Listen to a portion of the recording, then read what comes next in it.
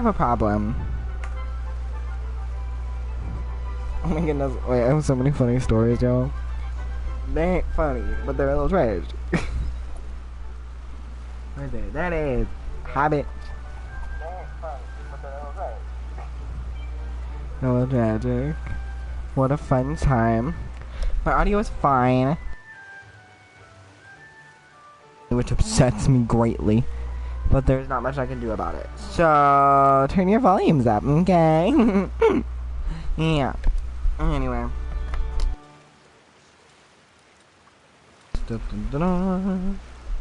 I have... Oh, that wire is having a field day. Hi. I am tired, but I'm here, which is, you know, something. It's something. It's certainly something.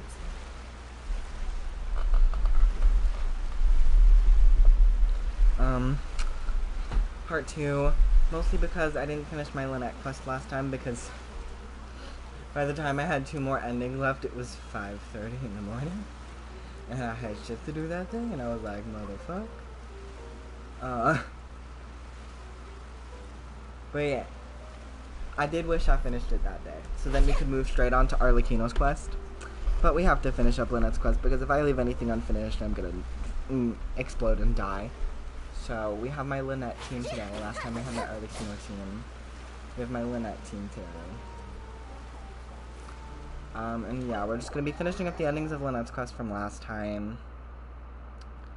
So, mostly it's gonna be Arlechinno based. So, you, like, if you want, obviously, if you're here for Arlechinno, you're gonna have to wait a while. But, like, if you're watching this in the video version and not the stream version, you can just skip ahead a little bit. Let's skip ahead a little bit to get to the Arlechinno version, because this finishing up Lynette thing is mostly for me. It's that if I didn't stream it, I would hate myself. So, yeah.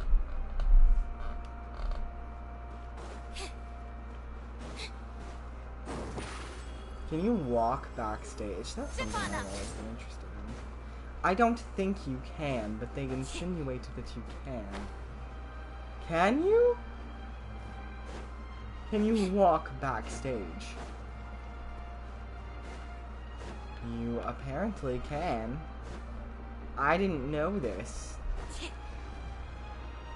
I'm not mad, I'm just a little confused. Hi.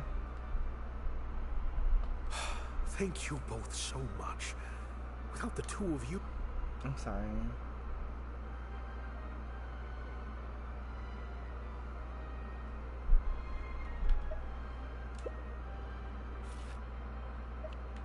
Oh no, I'm terrified. I'm guaranteed to succeed. That's the concerning part. Yeah, me neither. Wait, but... Oh, do you mean when we ran into you at the Flow of Sandra? And you said some mean things to me? Oh my goodness, we love being liars. Keep lying, babe. As I recall, you were only trying to look out for your sister. It was just a few words spoken in anger. Don't worry. Whatever it was you said, I've already forgotten. We love a queen. Gaslighting, straight up. Oh.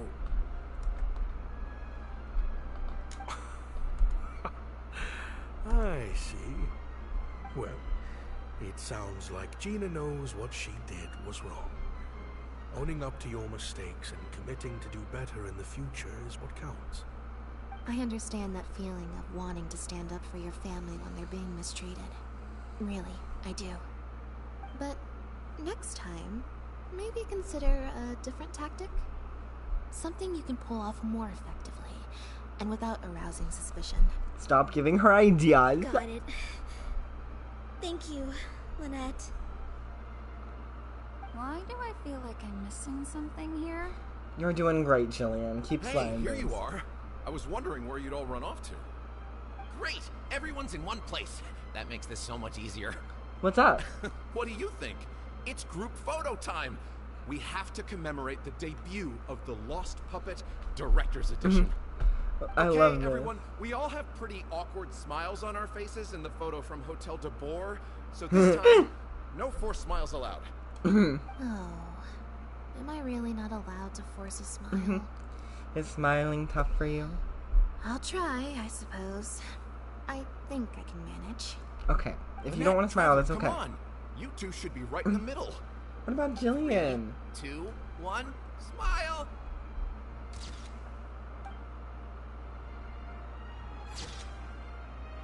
I love this. My line of sight was a little bit off. It's fine as long as your smile is genuine. Oh, my baby girl. Lynette. Thank you. Thank you, babes. She was looking at me. She was smiling because she was looking at me. Oh my goodness. I feel flirted with. Also, that guy with the little beret, he cute. He cute. He winking. I like him. He's got energy.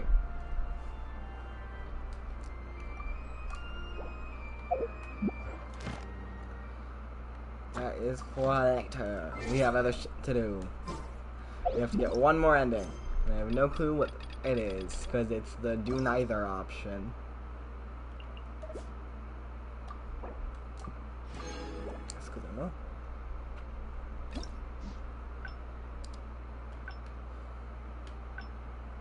A decision. I'm actually pretty excited for the do neither option. I think it's going to be a fun time.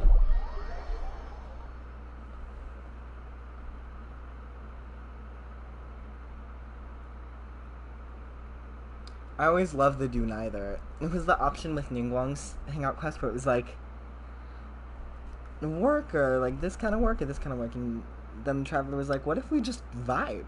And she was like, okay, sure. It was so fun. I love Lynette, y'all.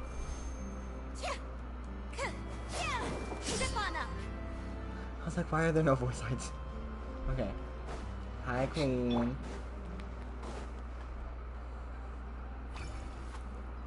As Lynette attempts to draw the card, the device emits a horrendous grinding sound.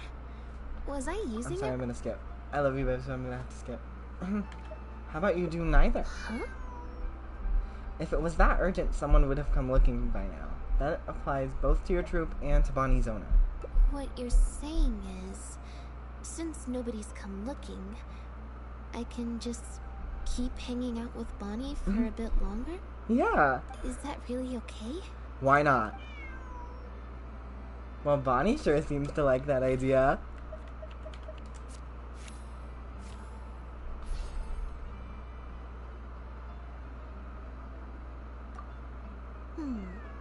You make a good point. You can just stick around here for a while, so if anyone does come looking for you, they'll find you. Okay, well, assuming Bonnie hasn't strayed too far from where she went missing, there's a chance we might bump into her owner in either the Steambird offices or the restaurant.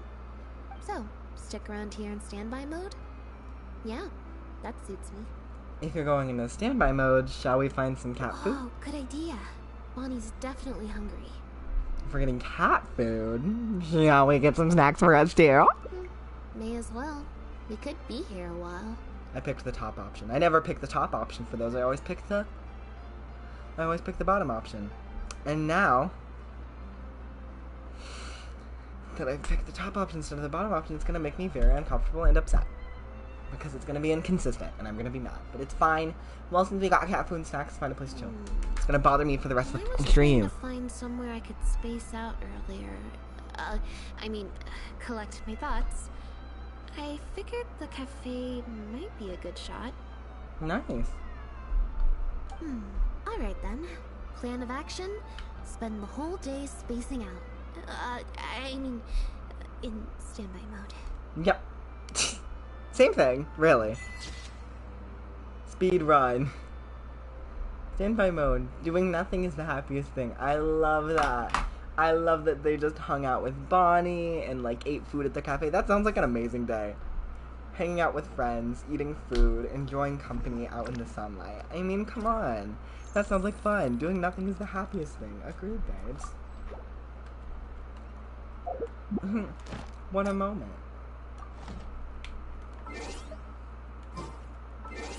Achievement speedrun.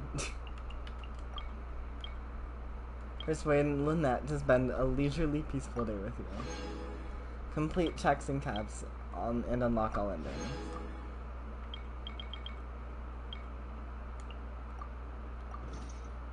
Okay. Wow, what a fun time. Okay, well, we're gonna snatch our Arlecchino team and then we're gonna start Arlecchino's quest already. Only 10 minutes in. Jeez. Where's the little murder demon? There she is. Hi, murderer.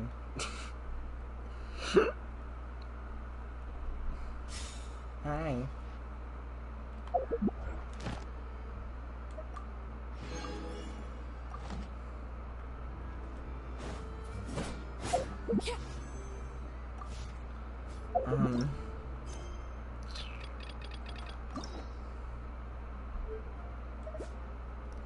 Ending rewards, yeah, we snatched those, and then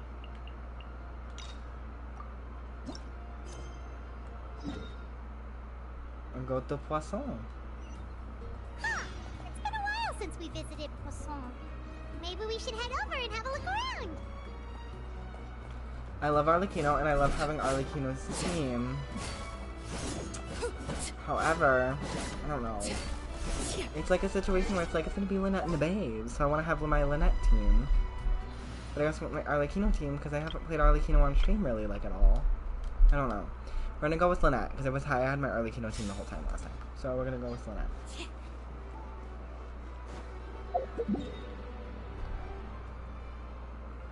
Until Poisson, babes.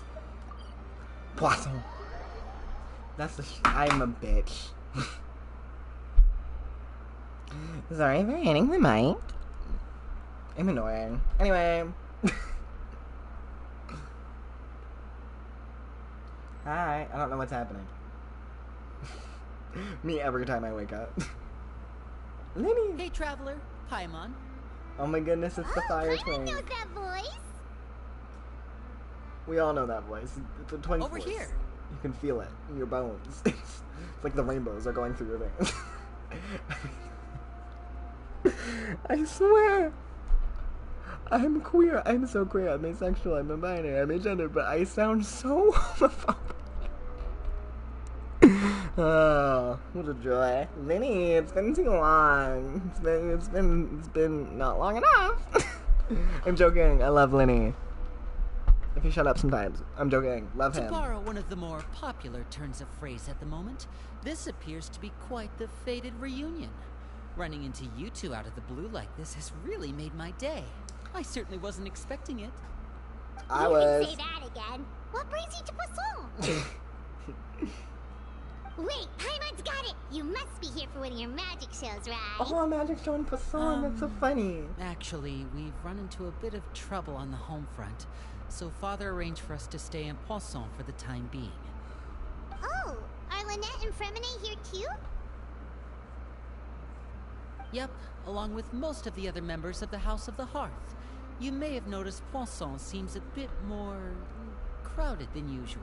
I want to meet more members So of the House of the Hearth. Literally the entire organization has moved to Poisson? Sounds like you've run into way more than just a bit of trouble. What's really going on? Well... Since the two of you are so curious, perhaps I can fill in the gaps. Oh, hi, babes. You scared Paimon half to death. Hi. Father, you're here. You know, on second thought, maybe we don't need to know. It's all probably super confidential House of the Hearth stuff, right? We totally weren't trying to pry or anything.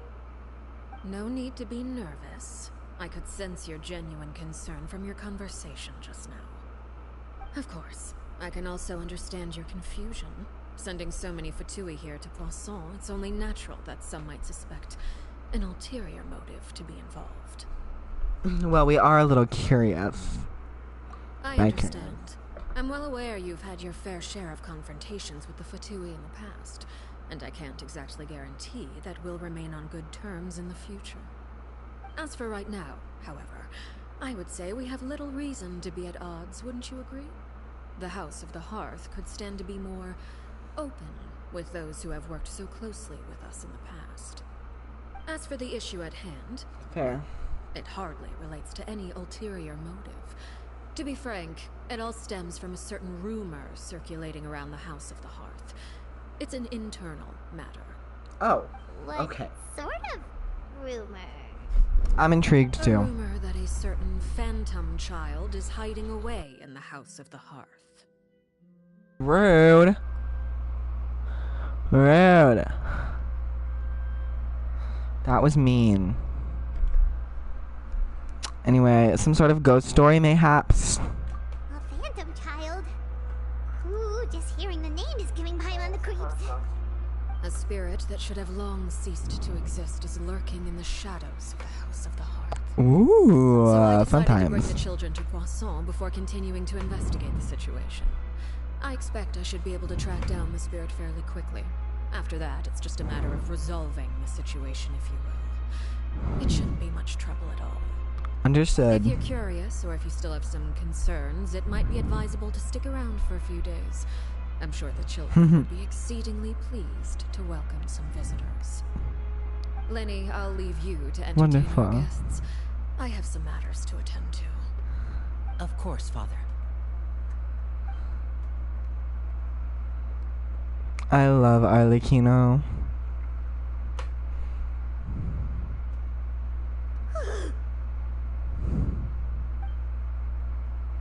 Couldn't help but feel intimidated during that conversation with the knave.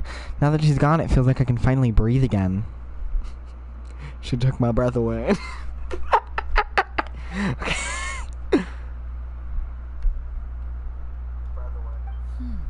It has long been a dream of mine to invite you to our home and introduce you to my other siblings.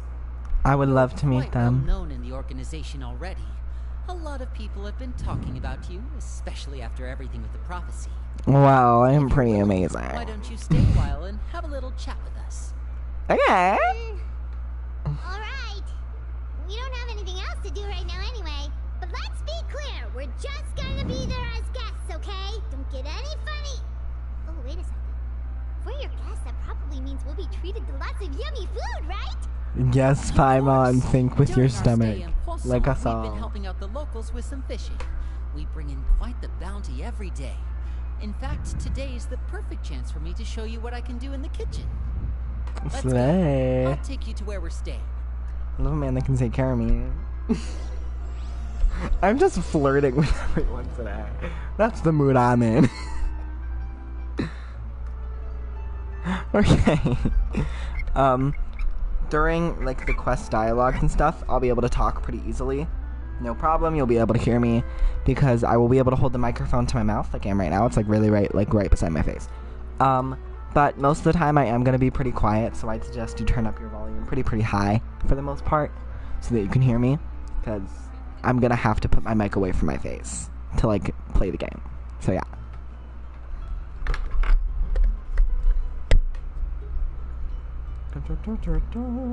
That looks like shit.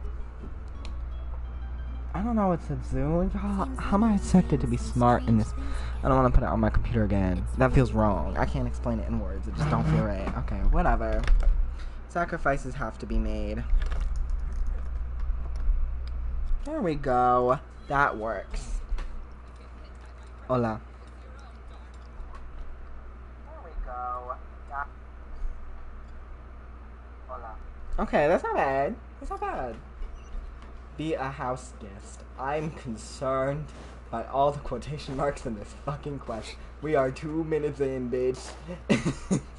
Already telling us to question everything. I love it.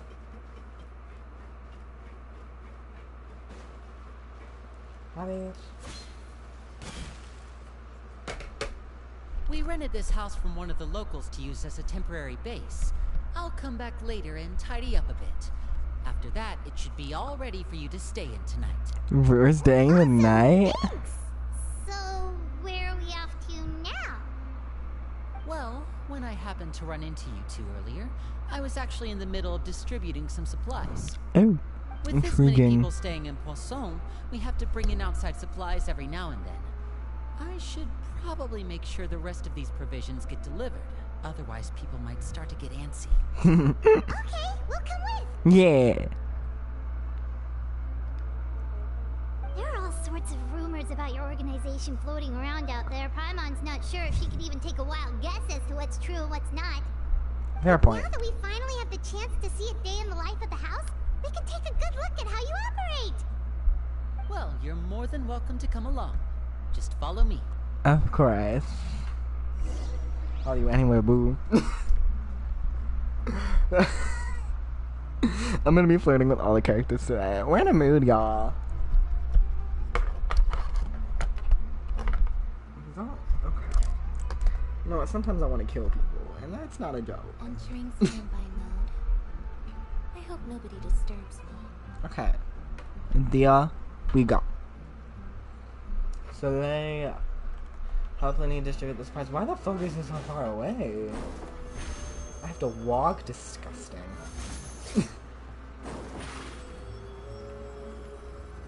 Hi.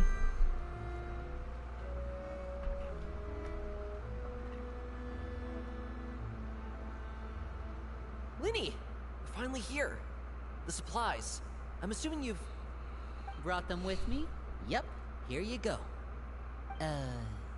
Hello? Something caught your eye? It's the Traveler and Paimon! Hi. No way! Are we celebrities? Come here, everyone! Hurry! The Traveler and Paimon are here! Yes, we are. We give autographs.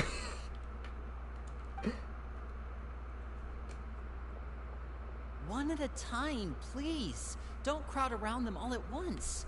We don't want to scare off our guests now, do we? Oh, it's alright! Gotta say, Paimon didn't realize we were this famous. I did. I'm amazing. Of course! Father and Linny have told us so much about you. Father told us about how you helped Linny. According to her, you're a trustworthy friend. And as far as she's concerned, that's pretty much the highest compliment we've ever heard her give. As you can imagine, everyone's been very curious about you. I heard the Traveler is so strong that she can move a mountain with her bare hands. Well, that's a lie, babes, but I like that you have confidence. I heard Paimon eats so much that she can clean out the entire pantry at Hotel Tabor in just 3 days. That's probably true. Wait a second! That's the rumor you heard about Paimon? Oh, not cool at all! Mine's also a bit of a stretch, but I get it. Mine's cool. Also, Paimon, you deserve better than that. Because honestly, without you, I would probably be dead in like an ocean or something right now. So. Oh, wait! When guests visit, you're supposed to give them gifts and stuff, right? If you want. Oh, we don't need something like that. Besides, we don't have anything to give to you. Except for Mora. Come on, we insist. I can give you some of my new potions. Just pick your poison. And by that, I mean medicine or actual poison. I got both. I love her. We love a little homicidal maniac in the making. Teach your kids to kill. Huh? They're murderers, Paimon. Or maybe Shaplo can teach you guys about stealth. He's super good at it. He's never been caught. Ah, now that's not a bad idea. I know you usually prefer to fight head-on, but it never hurts to expand your bag of tricks, right?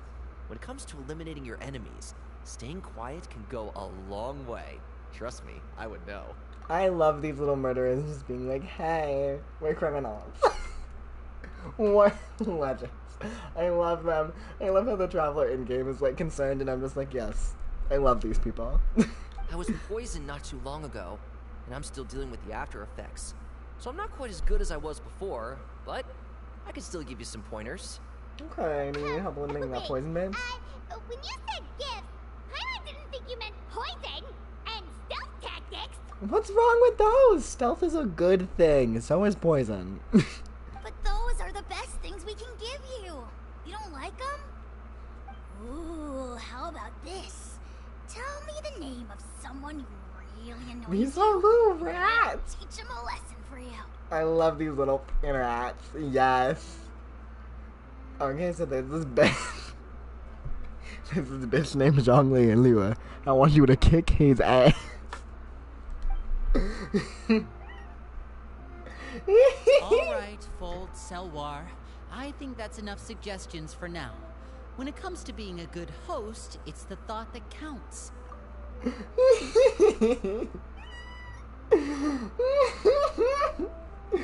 fucking 6-year-olds are like, do you want us to kill someone for you? And we're like, no thank you.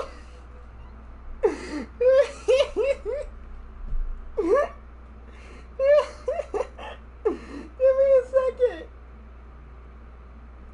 I love these bitches.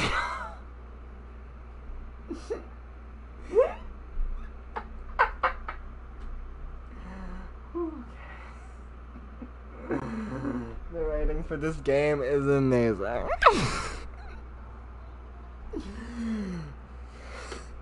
You don't need a physical gift to make our guests happy. In fact, pestering them with suggestion after suggestion might make them more annoyed than anything. I would say your enthusiasm has certainly gotten across. Yup. I do feel bad for them though, because this is all they've ever known. Like, this is their life. Like, I'm mad at Paimon to an extent for getting mad at them. And I wish Paimon would have just shut up and listened. Because this is all they've known. These kids' entire lives has been crime. And that's the only way they get a life, because otherwise they're on the streets. So it's not fair to get mad at them for something that they don't know anything else. That is their life. So that feels like an insensitive Paimon moment. TM. Really? We definitely feel the love. Awesome! It's been so long since we've had guests to play with. If there's anything you need, just let us know. Of course. Yeah, especially if it's poison or something. I've got all sorts of potions for that. We have our little alchemist artificer here. She better become a playable Dendro character that just, like, poisons people. I want to see it. Well, we'll talk to you all later.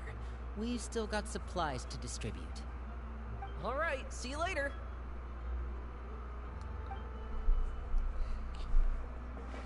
Oh, my little babies. Bye! Bye-bye. Love y'all. You were a fun time. Lynn, about all that poison and stuff tactics talk just now. Scared you, did it? That kind of talk comes with being part of the House of the Hearth. When Foltz was really young, he strangled all of his family pets, just out of curiosity.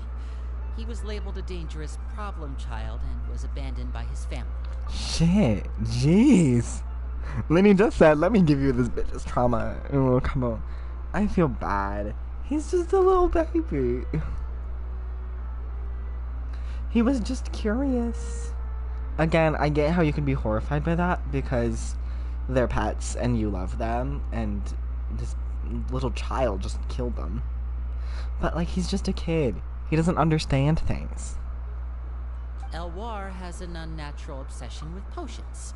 Father has forbidden her from trying all the different concoctions she comes up with, but she still tries to test them in secret. You really have to keep an eye on that one. Chaplot is around my age. While I'm mainly responsible for collecting intelligence, he handles surveillance. He's very passionate about his work and has no reservations about taking on some very difficult missions. Right. I know you two probably aren't used to that kind of talk, but I can promise you they only had the best of intentions.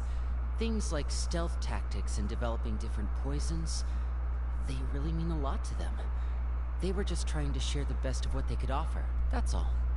That's what I was trying to say. Lenny said what I wanted to say better than I could.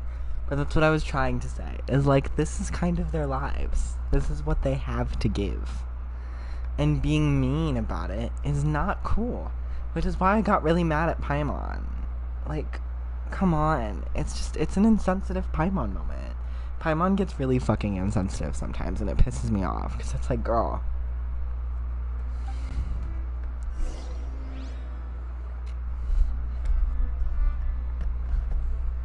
Okay. Moving on. Sorry I have to, like, tap the mic sometimes. It's the way it is.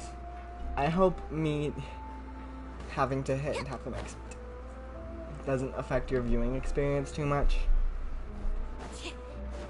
Or at the very least not negative. Oh, motherfuck.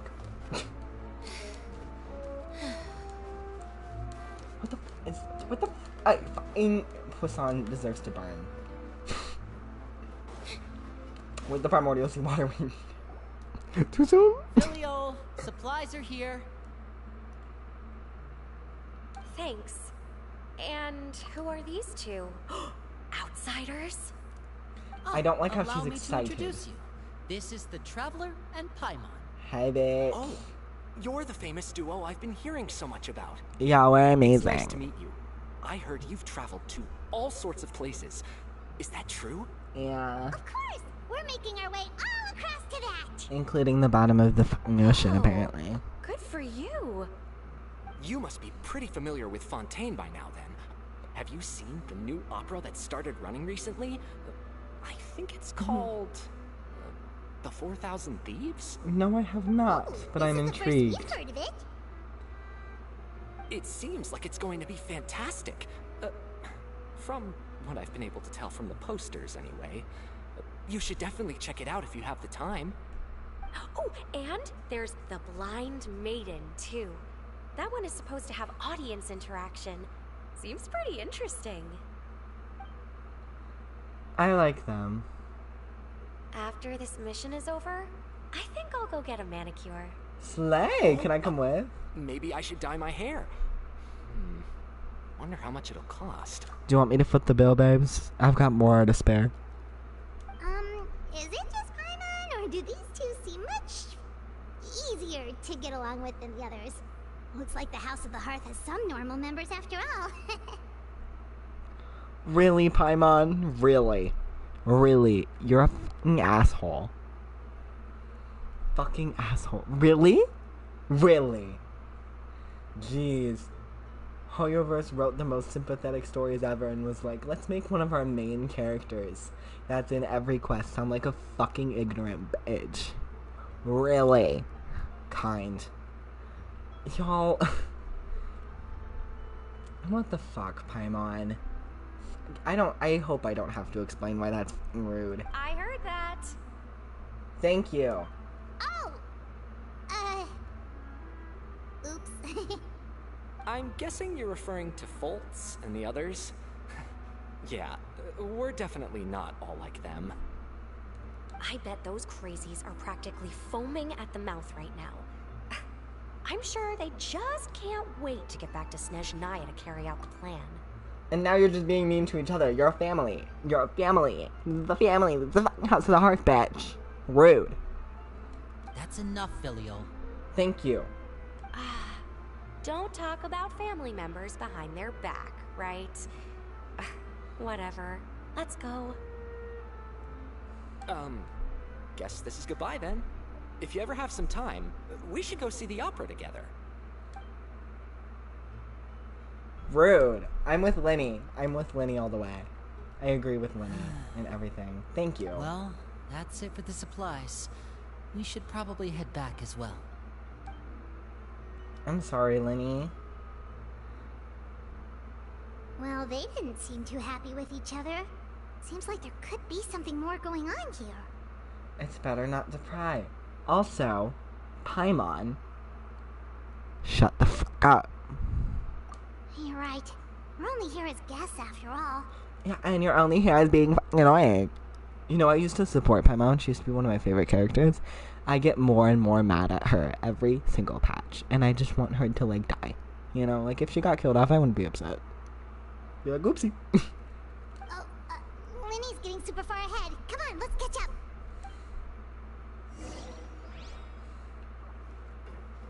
Hi, hot boy.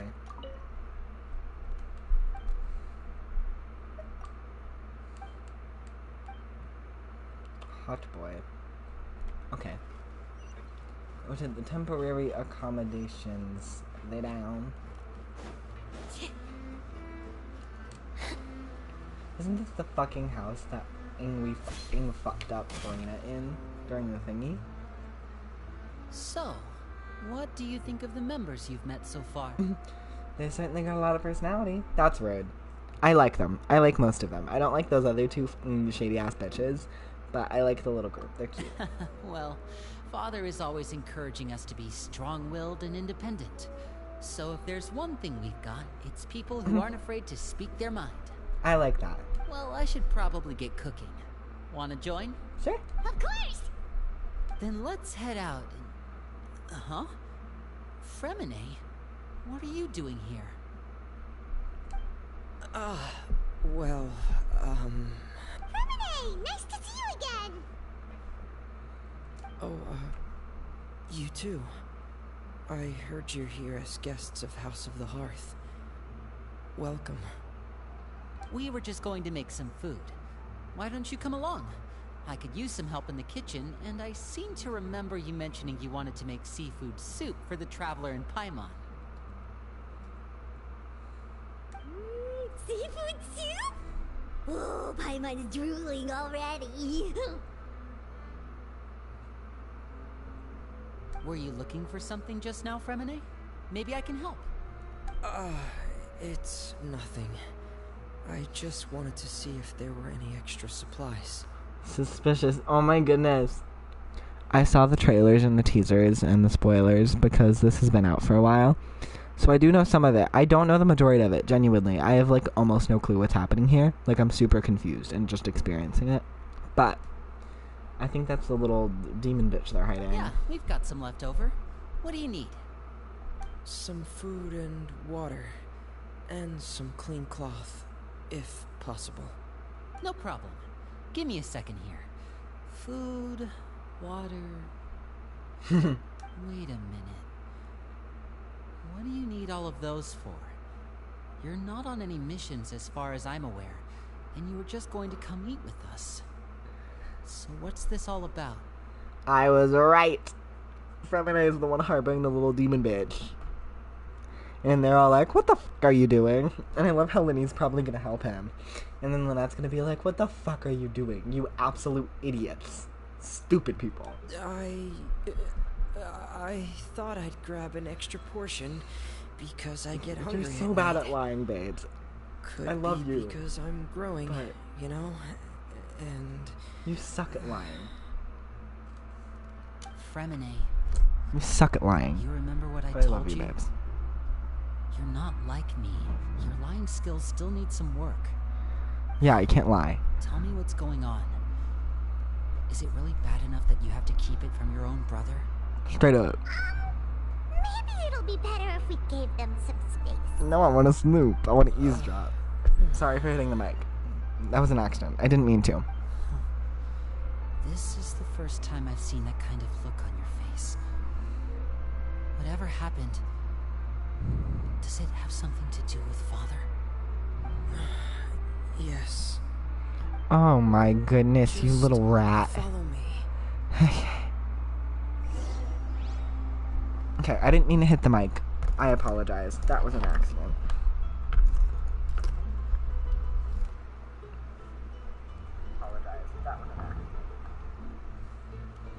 Okay, what are you hiding, you little dumb bitch? That is an insult. Oh, and it's on the boat, too. Run by Navia's family. That's smart. That's really smart. Smart people.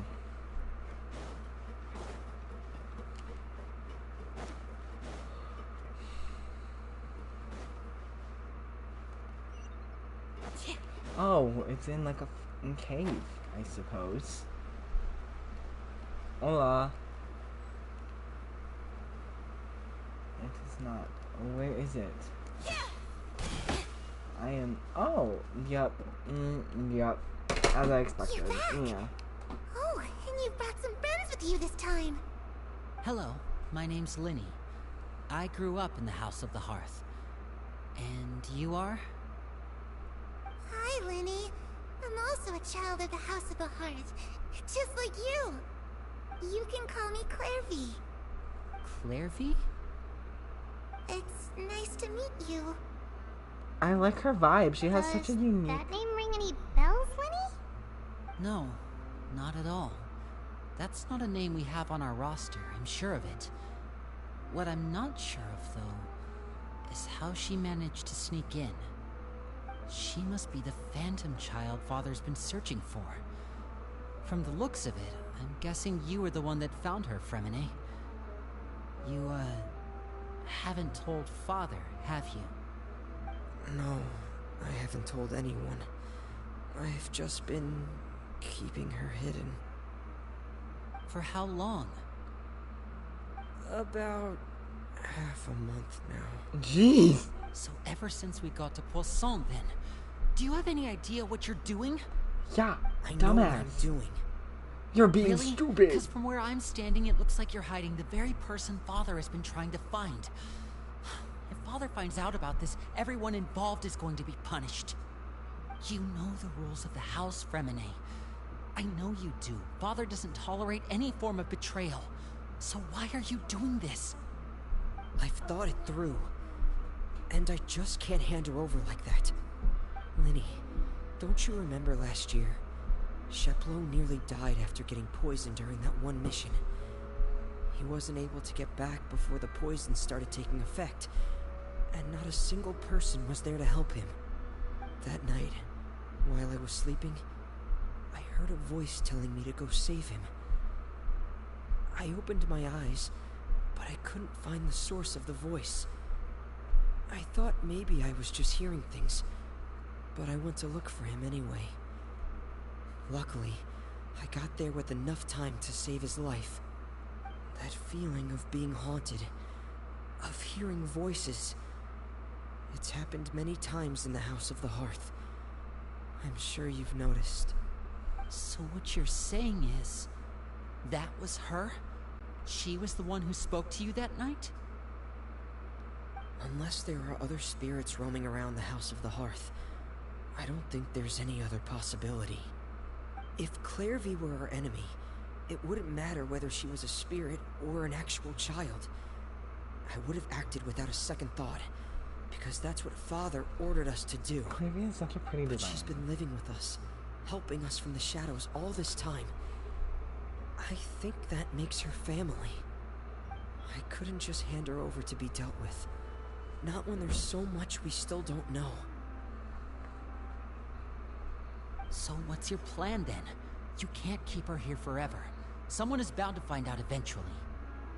I haven't thought that far yet.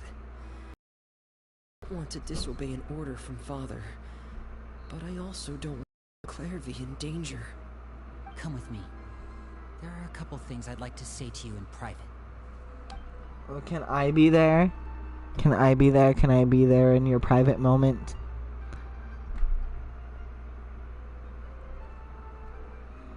No? Okay. Those two sure care a lot about each other. Oh, hi, you little pink bitch. Well, they got a funny way of showing it. From where Paimon was floating, it sure seemed like they were about to bite each other's heads off. I'm with Paimon No for way. once. They have a really deep bond. I could tell right away, because I also have a friend like that. Is it Arlechinno? Love me. I will figure this quest out before it happens. Just watch me. Just don't know how long that kind of bond can last. What do you mean? The darkness in the house runs deeper than you can imagine. No one can get out alive. Oh, my little poor baby. Are you okay? I really didn't Sweetie, mean to did you drag anyone die? else into this. Oh my goodness, child. Oh really? You didn't mean to? 'Cause I for one wish you did. Huh? What do you mean? You know, when we were younger, you didn't call me Linny. You called me brother, just like Lynette. We grew up together, the three of us. We were all orphans, all rescued by Father. Of all the siblings in the House of the Hearth, I think our bond was the closest. Later on, when you started calling me Linny, I wasn't actually surprised. After all, Lynette and I are related by blood. We've had to depend on each other to survive long before we joined the house.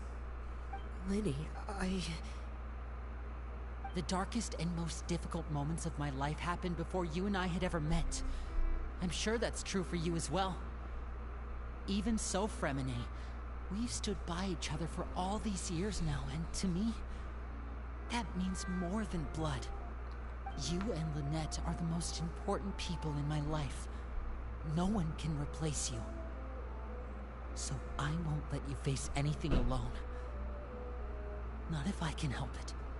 Oh, looks like things are getting kind of heated between Lenny and Fremine. Maybe we should go check on them. Oh, it's raining. I should put my clothes away. What a queen. What a legend. Oh, you're just disappearing in the thin air?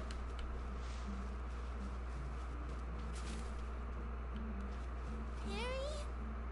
Huh. Looks like she's not here either. Well, who's Perry? Why are you disappearing and reappearing? It's weird. It's time to eat.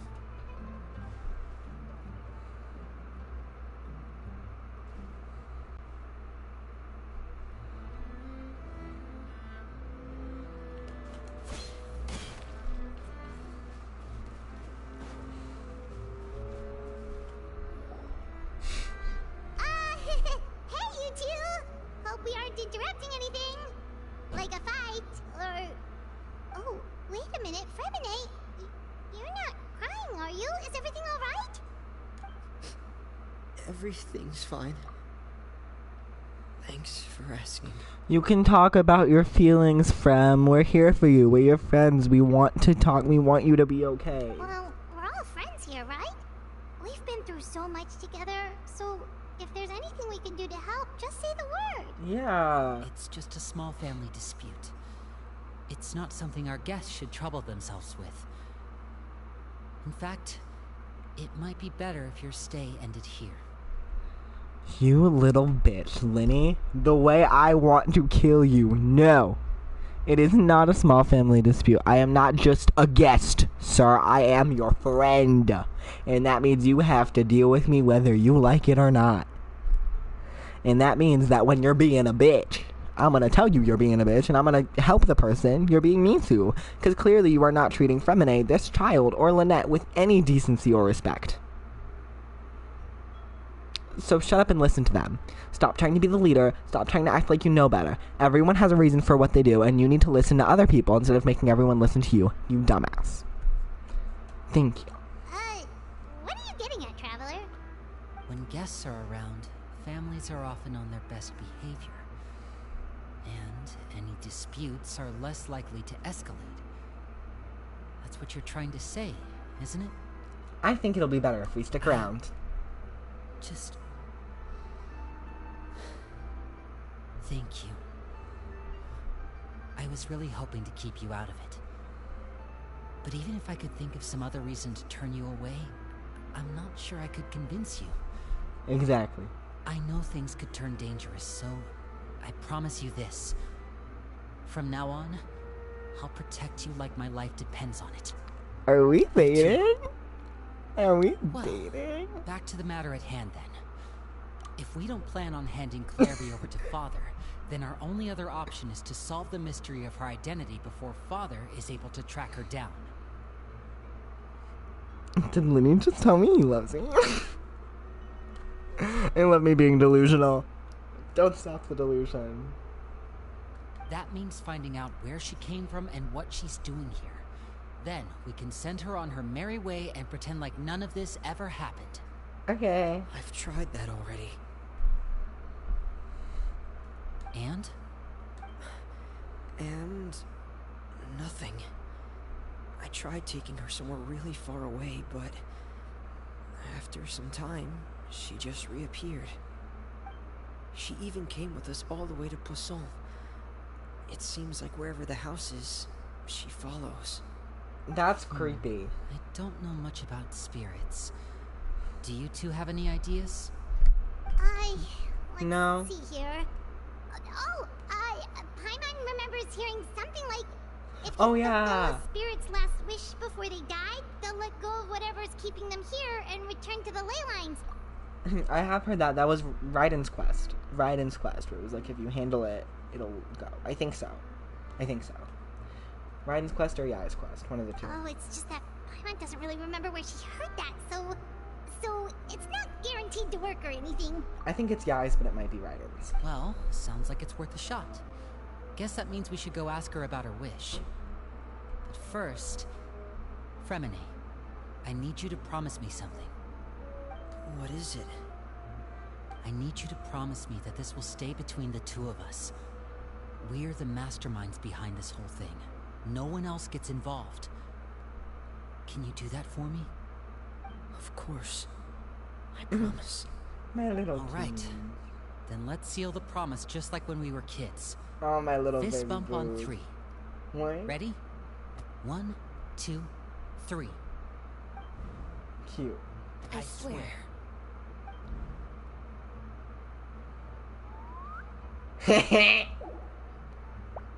Really? You thought you were gonna keep this from her? Whoa! Lynette! Hey, girl.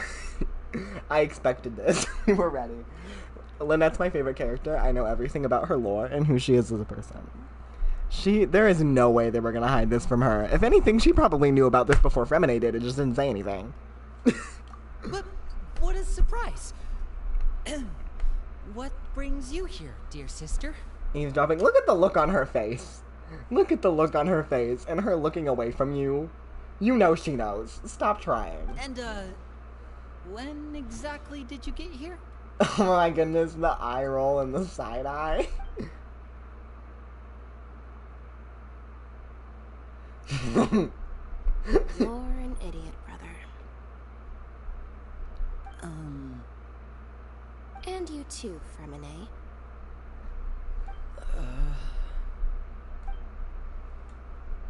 You 3, Traveler. And you 4, Paimon. I love how she just appears. Wait, what did we do? I've seen Clairvy around the House of the Hearth before.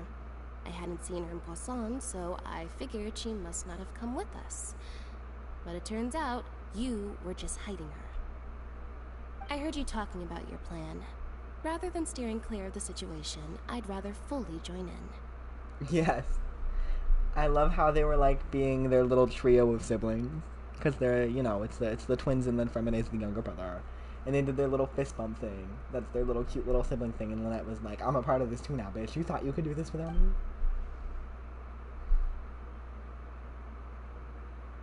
If Don't you even don't act agree, like you can do it. I'll have no choice but to report everything back to Father. Simple as that. What a queen. She says, I want in, bitch. You don't want me to be in? Well, I can just ruin your life.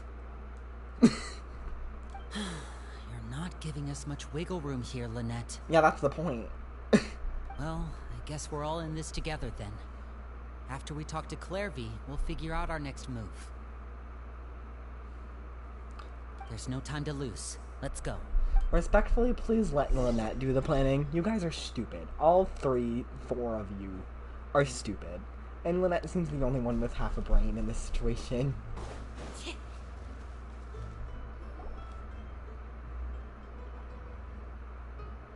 I'm full.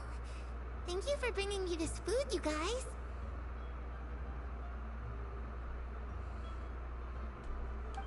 She said she's full, but the food doesn't look like it's even been touched. Well, she's a spirit. She can't actually eat. That's right. Based on what I've been able to observe, it doesn't seem like Clairvy can interact with the physical world at all. She has a Lumadisabel thing on her neck. Still, when she's presented with food, she'll always linger around it for a good little while. Maybe, in her mind, she really is eating those things. Does she know that she has already passed away? I've tried to ask her, but she didn't answer. My guess is that she's just as confused as we are. Or maybe she couldn't understand the question at all. Clairvy, if you've got some time, I'd like to ask you a few questions. Sure. Oh, another new friend. Hi, I'm Clairvy. Hello. Clairvy, how did you join the House of the Hearth? What a great question. Huh? Isn't it the same for everybody? That's a great question. Nave brings you here and then you can't leave. It's just that your name, it's not on the roster. And I've never seen you before. The roster? Oh, I get it now. I think there might be some things you don't know about this place. The people in charge, they're not as nice as they look. They say they keep a roster, but it's not complete. There are a lot of people who aren't on it, and never will be. In this house, some people are family, and other people are just test subjects. Those kinds of people aren't ever going to get a place on the roster, unless it's the roster of people who've been executed. Wait, does that mean the Knave... She... Is there anyone that can vouch for you? Perry. She's my best friend. She's the only one I trust in this place. 1 second.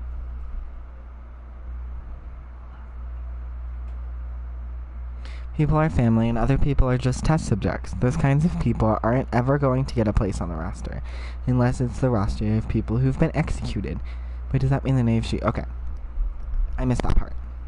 Sorry. Have either of you heard of that name before? No. Me neither. Clairvy, Perry. Neither of those names are on the roster. But it seems like she's telling the truth. Either that, or this kid's already got a bag of tricks bigger than mine. Wouldn't be surprised. Maybe we should try a different approach. Clairvy, do you have a wish? Yeah. A wish? It can be anything you want. Why must Just this happen to imagine. me? It's your birthday, you're 'Tis a blowing out plague. the candles, and your wish is... I want to hold the microphone closer to me so you can hear me better. But then this black screen thing happens, and then it makes the stream look gross, and it makes me uncomfortable. Like, if the black screen thing never happened, my life would be so much better. But if I don't do that, then you can't fucking hear me.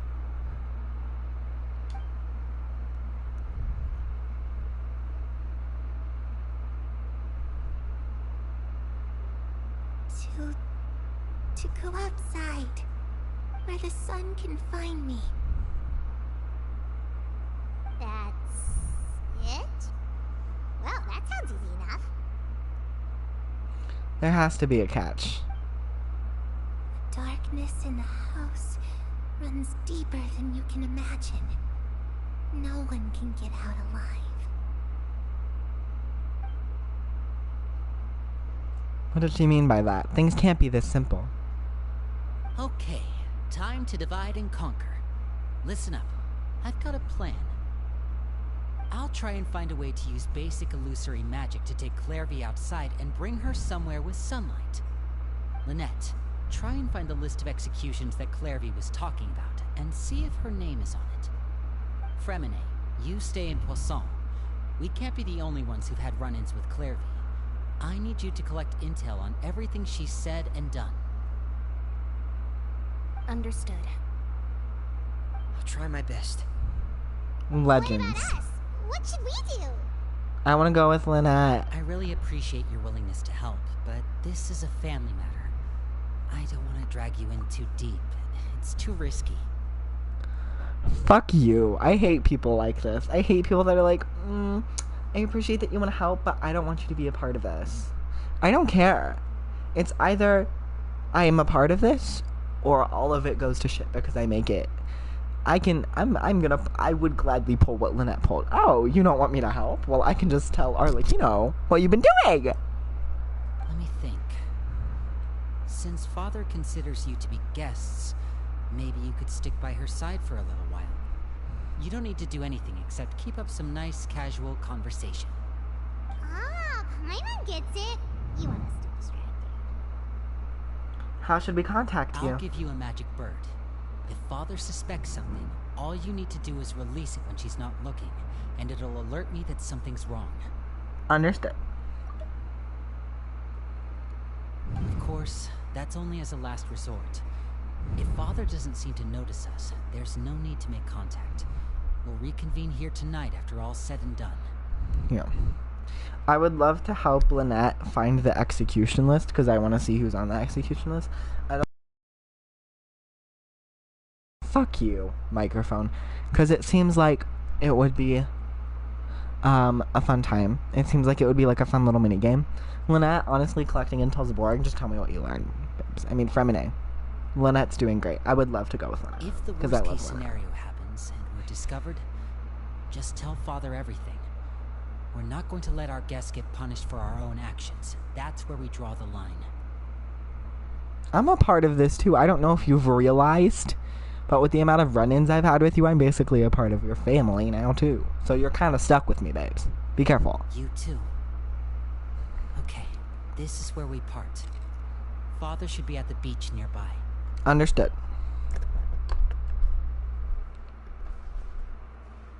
I really hope this goes well. No, it has to go well. That's the only way this can get resolved.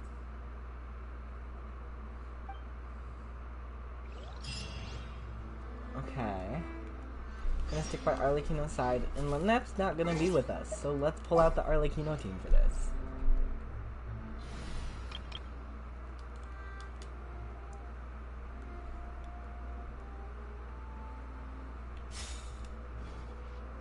Let's make sure everyone's in top shape. There we are. There we are. She needs some help. She needs some help. Okay. Excusez-moi, bitch. Not sure if it's like I guess all was fine.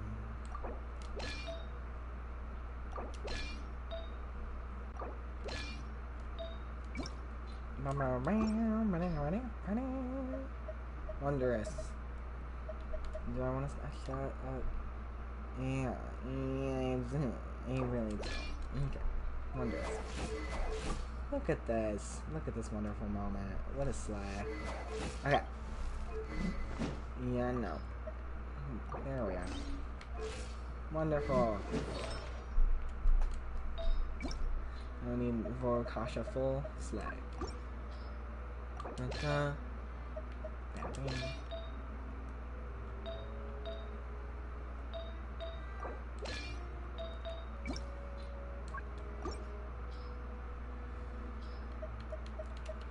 Bam, bam.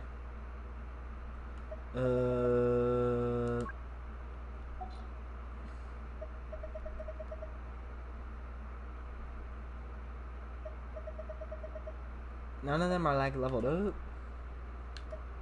Well, these are. I'll just snatch hers because we're just using those. There we go. Unit time. Okay. We're good to go. Clairvy, I'd like to take you somewhere. Is that okay with you? Sure. Where are we going? Okay. Where are the other two little bitches? That's mean. That's mean. Where are the other two little rats? I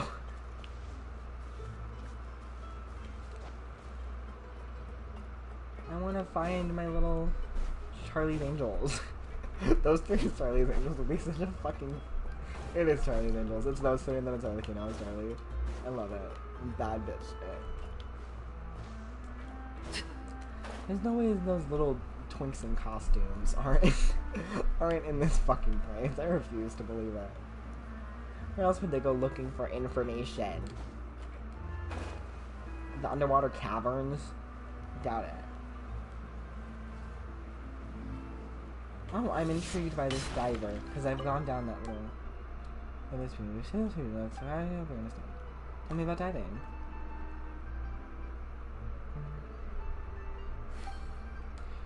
Very useful, but never underestimate the dangers of opening death. For example, most people only pay attention to whether their diving equipment is intact and functional, and they ignore their own physical condition. If you do not want to warm up before a dive, or if you cannot adapt to the water pressure in time, you may suffer from muscle cramps or other symptoms such as tinnitus. Smart. About the flood. The situation was bad back then, but it's all in the past now. This is exactly why I've constantly emphasized the necessity of regular diving equipment checks. It's so that we're always ready to deal with emergencies like this. Even though Navi said that kind of decided mentioned the prophecy won't happen again, we should still pay attention to our safety. What a slay. Legend. Legend. Love you, babes. This little swirl of death is a fun time.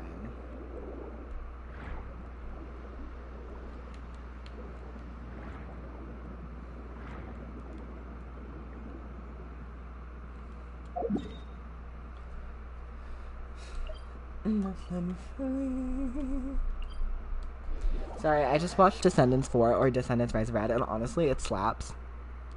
It's really cool. There are some inconsistencies, and I wish it was longer. I wish we could have seen the dance. I wish it could have. I wish there was just more time for them to mess around with the world and have fun with it, because it was a little boring. But I liked the vibe.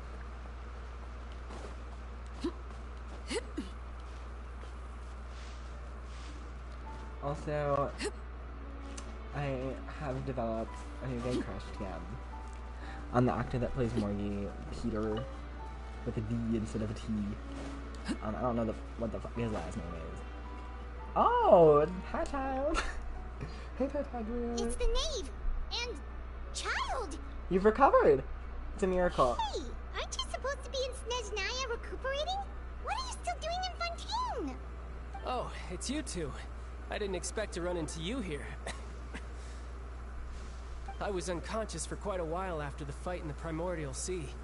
After I woke up, I realized I was being taken back to Snezhnaya, and well, I couldn't have that now, could I? Not when I've still got unfinished business here in Fontaine. So, I mustered up all my strength and made the journey back on my own. Legend! Love to see it, babe. What sort of unfinished business are we talking here? It has to do with Skirk, my master. I really wanted to meet up with her, but by the time I got back, she'd already left. Oh, that's sad. I'm sorry, babe. I still have so many questions for her. Without any other leads, all I could do was ask the Knave to help me track her down. She must have left behind some traces from her time in Fontaine. Fair point. Oh, okay. So, have you found any clues? Unfortunately, no. While the House of the Hearth is adept at collecting all manner of intelligence, certain existences can still manage to escape our purview. Basically, unless Master feels there's a need to meet with me, she's not going to be found. Oh, that's sad. I'm sorry, babe. But that problem has an easy fix. I just need to become stronger, and then... I think before you become stronger, you need to rest to make sure you don't fucking die. Paimon thinks you should focus on getting better first. The worst of it is over. Really? Because you got, like, fucked up. It's all thanks to that one kid from the House of the Hearth. Elwar, I think her name was. She gave me a bunch of random potions to drink. They didn't go down easy, let me tell you. Pain and chills all over. But they really did help speed up my recovery. And that's good, because it looks like I really do have to head back this time. The old man's been putting the pressure on me. He sent someone to tell me I'm needed for some sort of project. Project Stuja? What the fuck is that? Yeah, that's the one. I heard Regrader's involved too. I'm not looking forward to having to listen to all his monologuing, that's for sure. Hey, maybe you could think of a way for me to stay in Fontaine for a little longer. That's Pantalone and, I don't know, Pointy Nose. Helping Linny and the others brush up on their fighting skills would be far more interesting. If you and I could spar, that would be even better. I've been waiting for a chance to see you go all out. And what a sweet little daydream that is. But I also have a role to play in all this. I'll be leaving Fontaine shortly as well. Oh. Besides, considering how little they see fit to step outside the homeland, being called on to return to Snezhnaya by such illustrious dignitaries, what a great honor. Wouldn't you agree? The two little bitches that don't want to leave Snezhnaya, and she's being petty about it. I love her. One I could do without, I'd say. Is it just Paimon? Or does it kind of seem like they're... Just casually trash-talking their colleagues behind their backs. Yeah, don't worry. I do it too, and I'm here for it. So, dear guests of the House of the Hearth, to what do I owe the visit? just, wanted to learn more about you. Honestly, yeah, that's not even a lie. That's not even a lie or a joke or something I'm making up to, like, go with the plan. I don't even care about the plan in this moment. I do want to know more about her. Yeah, what's up, Iz? right. What's up with your life? We're super close to Linny and the others, but we still don't know much about you. Is that so? Introductions have already been made, have they not? Yes, but I know Linny's entire backstory and mental illness history, and I barely know your name, so... Oh, well, you see? There's only so much you can learn about someone from a short introduction. At least tell us something a little extra, like... Why do you call yourself father? That's a great question. I'd also like to know. I love that. We're quizzing The you. fact that you have to ask tells me our intelligence work has been quite successful. Telling you the answer to that question would only serve to undermine that success. And we can't have that. Now can we? That's Spoken rude. like a true diplomat. Sidestepping right there. Well, if there's nothing else, I think I'll take my leave. I still have a small matter to resolve at home. Wait, don't go! She can tell something's up. There's no... We have never tried to keep her.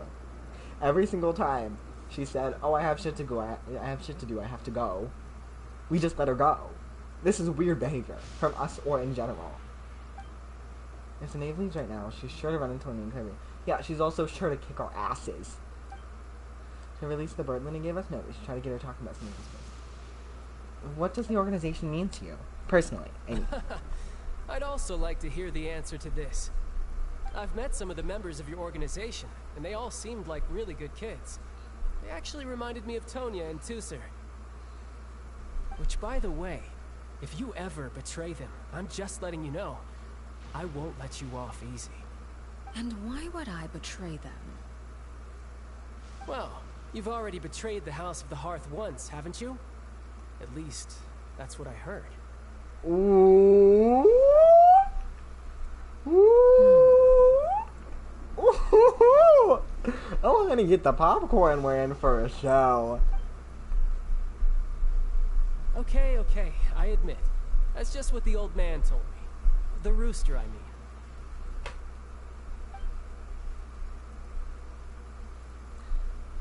Knave betrayed the House of the Hearth, so does that mean what Clairvy said is true? Does the Knave really treat her children like touch subjects? I don't believe it. She's way too protective of them. Wait, did you really do something bad to those kids? Never mind what I've done. I'm more curious as to what the mighty rooster had to say. Care to enlighten me? Ooh. Honey. It's getting heated. I don't even need to pop my popcorn. It's getting popped right here. There's a microwave. Hello. I like this. Nothing much.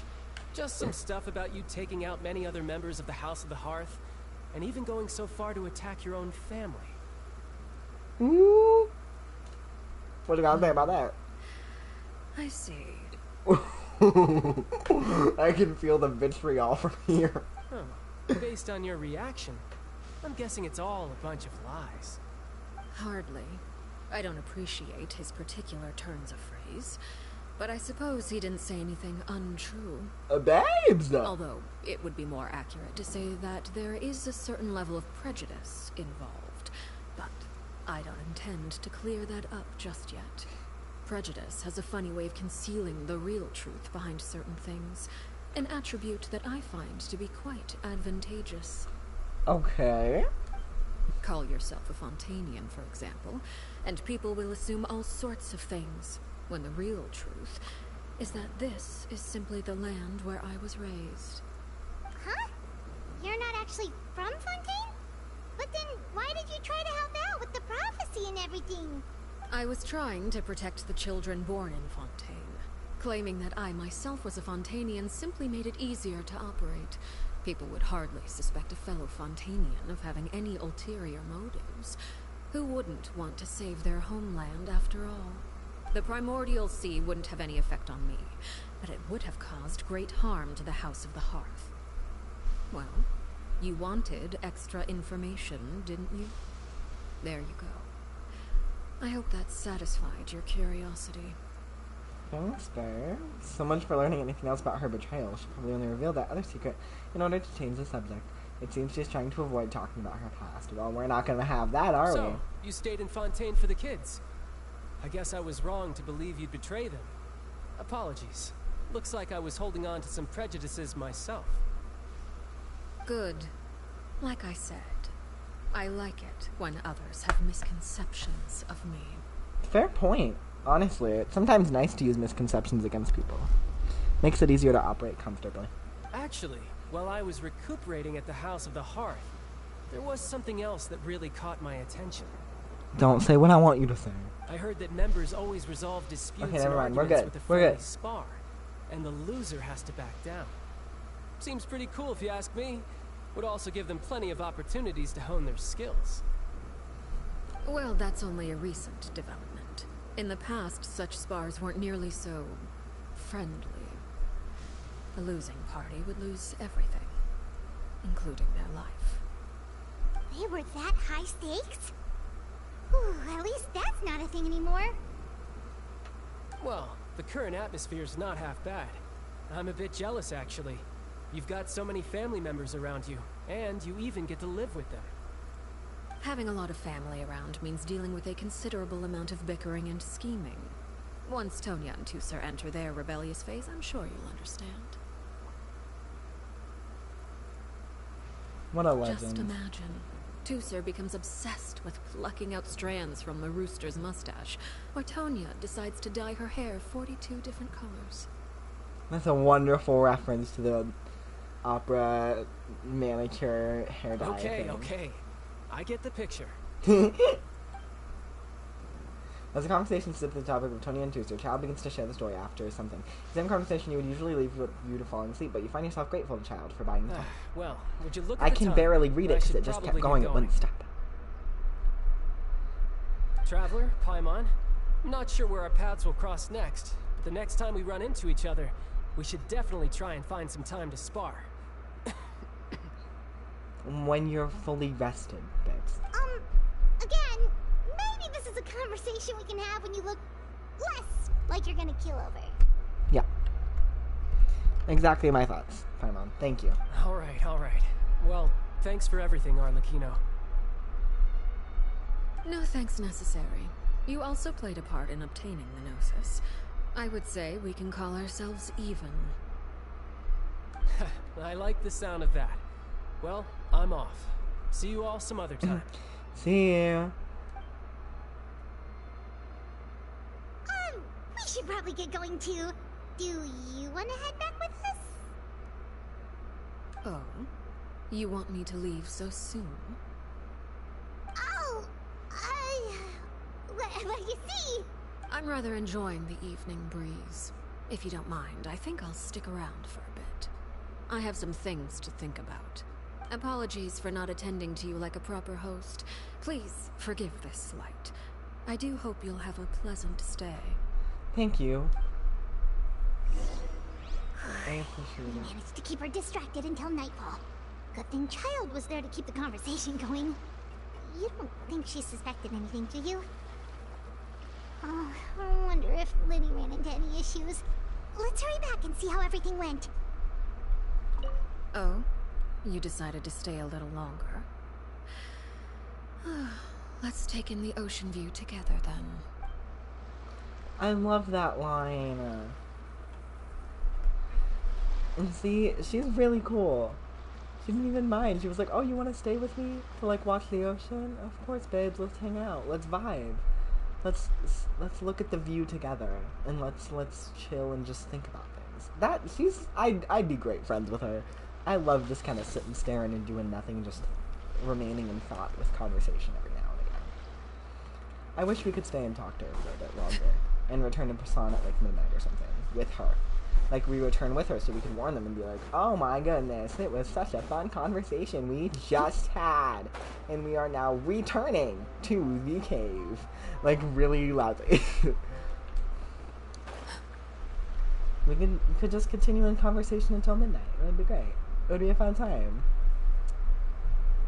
It'd be like a little date. I'm nothing if not messy.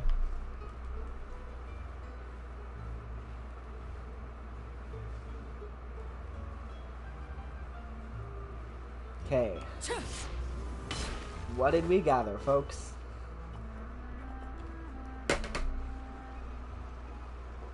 Lenny, how did everything go? Well, long story short, we ran into a small issue. Clairvy can't go into the sunlight. What do you mean? Everything was fine at first. She followed me up to the surface just like I told her.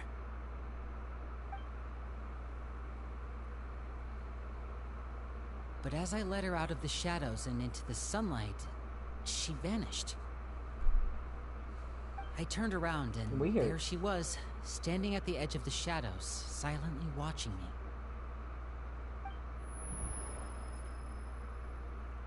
Huh. Maybe she's afraid of sunlight, or...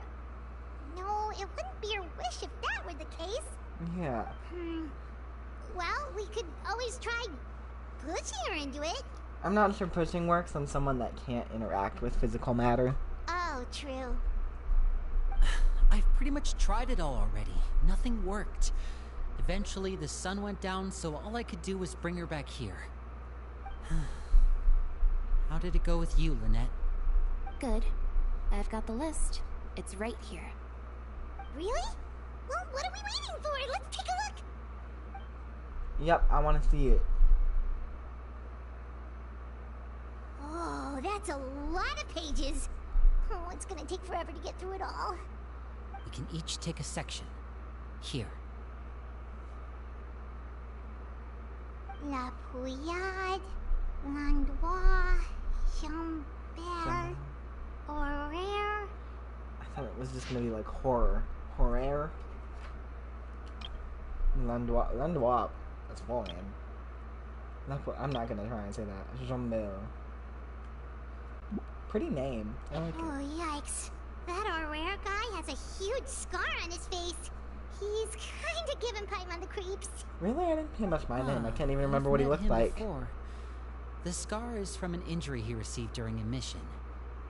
I still remember him joking with me about it. He said any future lover would take one look at him and then lose all interest. Did he say anything else? Well, I asked if there was someone he was interested in. He said no, and that's where our conversation ended. It was only later that I learned he really did have someone he liked. He risked everything to escape so he could be with her, but it didn't work. One day, Father asked to see him, and, well, I never saw him again after that. Uh-huh. Wait, so that means the knave, she... It may seem cruel, but it's just one of the rules of the house. Betrayal is not to be taken lightly. We know too many secrets to come and go as we please. So, if you do try to leave, you pay with your life. That's horrible. So I'm not as good as some of the group as you look through Her the names. name's not here, huh? Well, that's not too surprising. It doesn't seem like this list is complete. It only contains records dating back around 5 years. Let's shift our attention then. Fremine, were you able to find anything out? Fremine. Sorry. I was thinking about something. I managed to talk to quite a few people, but I couldn't help but notice that the atmosphere in the house was a little... strange. Strange how? Strange. Yeah. Yeah. I mean, I know there have been arguments in the past. Times when people haven't gotten along.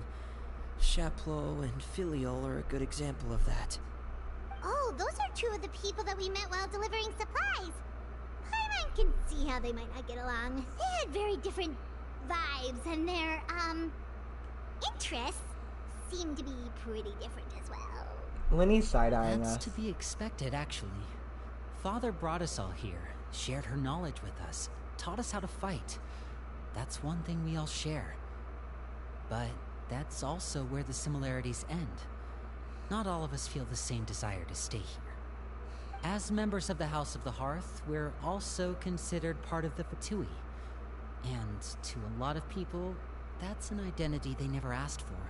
Fair, honestly. Certain members get older and realize they want something else for themselves. But considering the rules of the House, most people would never say that out loud. People like Chaplot and Foltz are loyal to Father and her vision. They're proud to be part of the Fatui. Filial and Nantoy, on the other hand, well, they aren't quite as enthusiastic. These kinds of conflicts have always been there. It's not like Father is in the dark about any of this. Well, that's true. But it just feels like things have gotten worse lately. Filial and the others, it seemed like they were meeting in secret to talk about something. I can't say for sure, but I think they've met Clairvy. You think she's been inciting them to act out? No, not exactly. But I wouldn't be surprised if she said something to them about the darkness in the house and how deep it runs. Yeah, that would fuck shit up, wouldn't it? That would really fuck it up. Experiments being run on children. People being used as pawns on the battlefield without so much as the strength to survive. And they just believed all that? Without any evidence? Clairvy's words probably gave them the excuse they were looking for. Whether they actually believe them to be true is secondary. Yeah, that checks out. A lot of people are just like, ugh. Isn't it? Can someone tell me what that is? Hold on a second. What's this Project Stuja all about, huh? This is the second time it's come up now. Yeah. Sorry, but I'm not sure of the details either. I only know what Father has told us, which is that it's something the Rooster and Regrator have been working on together. Apparently, it has to do with the Fatui's strategic plan for the future. I don't like it. Because the House of the Hearth was so successful in obtaining the Gnosis, we now have the honor of playing a key role in Project Stuja. Sounds horrible. Wait, but isn't that a good thing? Key role is just another way of saying dangerous role.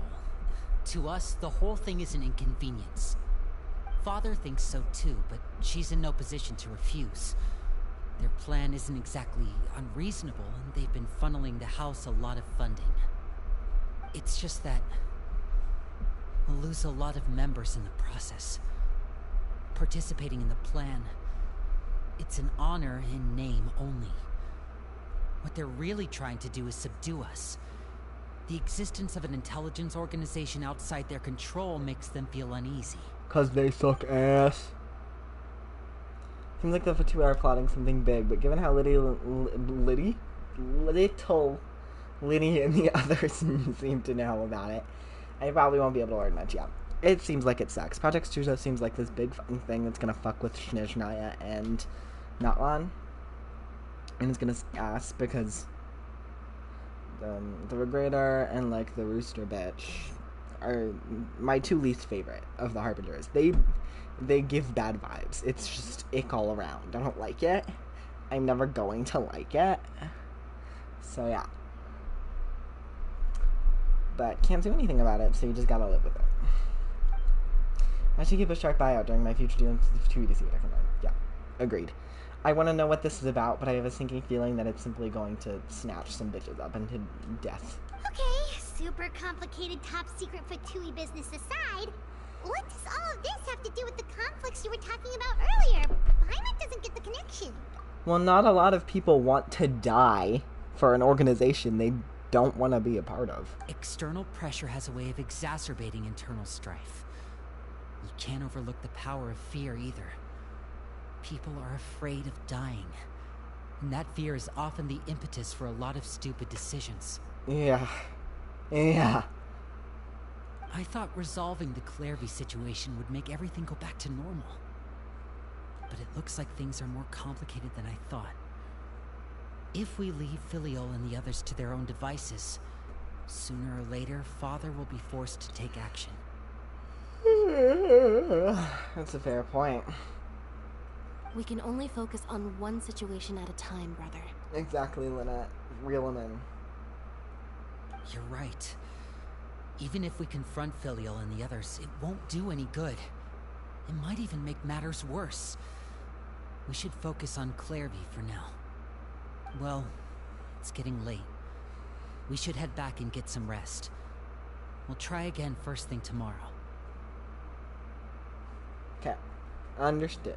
Lynette, you stick with me this time. Fremine, keep a close eye on Filial and the others. Make sure they don't do anything they'll regret. Good work today, everyone.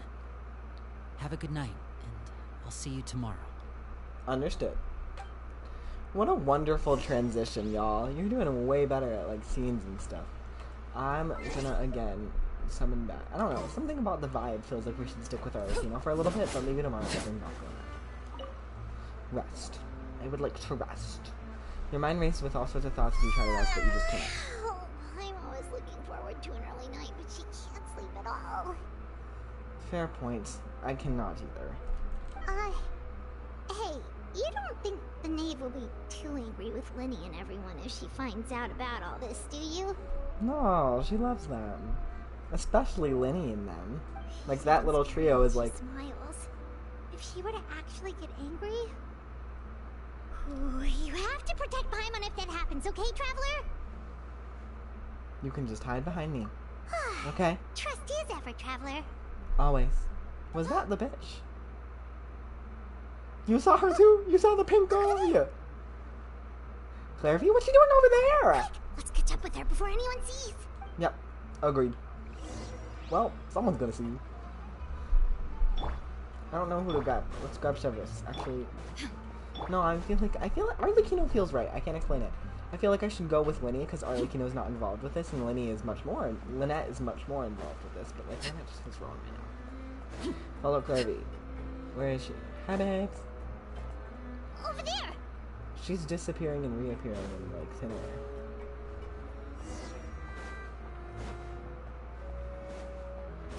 Is she leaving? Is she trying to go out in the sunlight? Oh, where is she going? Oh, if someone sees her, we're toast. Yeah. I have a sinking feeling Arlechinno, who's still out enjoying the breeze and thinking, is gonna see her and we're gonna be there like, hi babes! What this? Who's this bitch? I don't even know her. I was a little weirded out, but I was like, that's fine. Oh, look! She stopped! In the sunlight? From what we were told, she can't be in the sun. Oh, it's night. Yeah. Clairvy! Shh! I opened the window while no one was looking. Look how pretty the outside is. The window? There's nothing here. If only I could have more than this. You probably think I'm being silly, huh? All this hopeless resisting. It's better to dream of what I could have than try to make it a reality, right? I disagree. Fight for your dreams, babes. Please, help us get on the same page here, Clairvy. We need you to tell us what you know. Can you do that? Sure. Although, after you hear all this, I think you might regret that decision. I don't think I Everyone in will. this family is nothing more than a tool. Something to be used and exploited. We're all expendable, including me. As long as you're useful, you get to stick around. Lose your value, and you're handed over to the doctor, experimented on, and given a fate worse than death. I've seen it happen again and again, and I've had enough. You're saying the knave did all that? It's just, that doesn't seem like something she would do. She's scary and all, but it seems like even she has lines she wouldn't cross. Yeah. I knew you wouldn't believe me. Everyone thinks she's a good person. They all think of her like a real mother. Mother? Mother? But she doesn't deserve that title. She's disgraced it and tarnished it. And if I had things my way, I'd never see her again. If only Perry were here, she'd understand. Harry. There's that name again. Also, Mother, she's talking about the old knave. I thought she was. I'm gonna be honest. I already thought she was. I didn't say it out loud because I was still ruminating, but I thought she was. Yeah. She's talking about the old knave, the mother, the one that, from what I've seen from the little Arlechinno trailers I've seen, Arlechinno killed. Because Arlechinno was a child of the House of the Hearth, and the mother was a horrible, horrible person, and Arlechinno was like, fuck you, you deserve to die, I'm gonna take this over and make it better. Also, Paimon's getting a strange feeling. It almost feels like she's not really here with us. Paimon can't tell if she's actually talking to us or if she's mistaken us for someone else. I'm not sure either. She's a spirit, it could be anything. Well, in any case, it seems like she really needs someone to talk to. We should keep her company for a little longer. Okay. So you know that Arlechinno character teaser? Where, like, we see her as a little kid being really creepy and liking spiders and everyone's like, ew, she's weird. Do you wonder if that girl that was friends with her was Clairvy and Perry is Arlechinno? She looks so young. But it seems like she's been through a lot. Yeah. It's getting windy. I should close the window. Ooh, look at the moon. Isn't it pretty? Hey, wanna hear a secret? I heard that if you look up at the night sky in Snezhnaya, you can see the aurora. It's supposed to be super pretty. Even prettier than the moon tonight. I'd love to see it. Perry and I promised each other that once we're older, we're gonna go see it together. Oh, baby, you're not getting any older, honey. But I can't find her. I'm worried she's all soup and... No, that wouldn't happen to her. She's special. Mother likes her a lot. Okay, no, I'm 100% sure that Perry is Arlechinno. I am 100% sure. This is my theory. Perry's Arlechinno. Clairvy is her little, like, friend, which was the only one that would ever talk to her. And they had their little moment.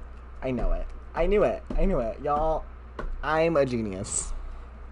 I should really go talk to Mother, but we just fought. She doesn't want to see me, and I'm too scared to face her. What should I do? Oh, Arlechinno probably fought Mother after Mother killed Clairvy. Oh, babes. My precious summer child. Clairvy comes back to herself, she gives a weak smile and leaves on her own. Paimon really doesn't understand what's going on with her. I do, and I don't like it. Well, let's head back. We've got an early morning tomorrow. Yeah. The night passes. Whether we sleep or not is debatable. Alright, looks like we're all here. Let's go ahead with the plan. Before we do that, I have a question. Oh? What is it? Have the knave and the doctor ever worked together? What makes you ask that? Well, we kinda ran into Clairvy last night, and that's what she told us. We met the doctor back in Sumeru. He's super dangerous, and he's done all sorts of bad things. To my precious child, Angel Bay Kale, she's my child. I've adopted her. I don't care that she's my age. I've adopted her. It's possible that Father and the Doctor have had certain dealings, but I don't think Father would work with him. We're not really on the same side, so there's not a lot of trust between them. It doesn't exactly set the stage for a successful partnership. I did hear, though, that when Father first became a Harbinger, the Doctor offered to work with the House of the Hearth. Father rejected most of his proposals, except for one. It had to do with some sort of secret experiment. Secret experiment? Could that be what Clairvy was talking about? I want to say distinctly, I don't know how these two haven't figured out that Mother is the old knave. We know that this current knave is not the original knave, as we have heard about the original knave in stuff in Inazuma. So we should have already figured out by now that Clairvy is talking about the old knave and is getting people all riled up for no reason, because they're two different people. I don't think so.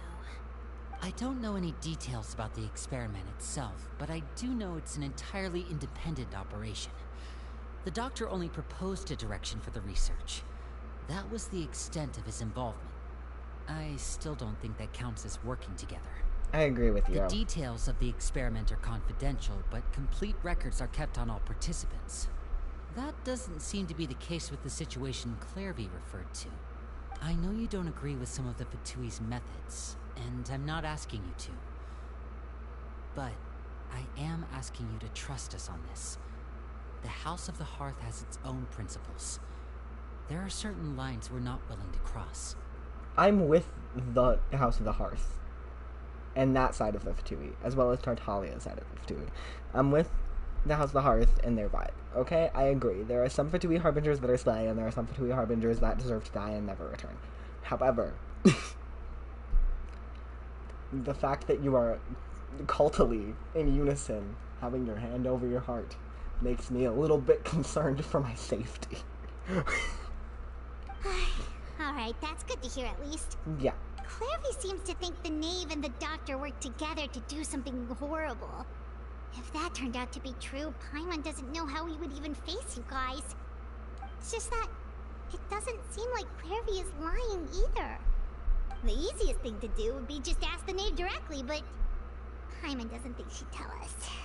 Let's just focus on the plan for now. Father didn't come back last night. She's probably still near the shore. We'll be counting on you to distract her. Understood. Lynette, you're with me. Fremine, you know what to do. Be on your guard, everyone. Always. Alright, let's get to it. Right. Hello, Arlechinno. I should probably have got my treasure. Hi. I'm gonna claim some daily commission rewards before I go to the shore. 1 second. Perry. I'm on to you. You can't hide from me, Arlechinno. I know what you are. Queer. Ad Astra Abyssosk. Me worry me. Thank you for completing today's commissions. Here. Thank you. Ad Astra.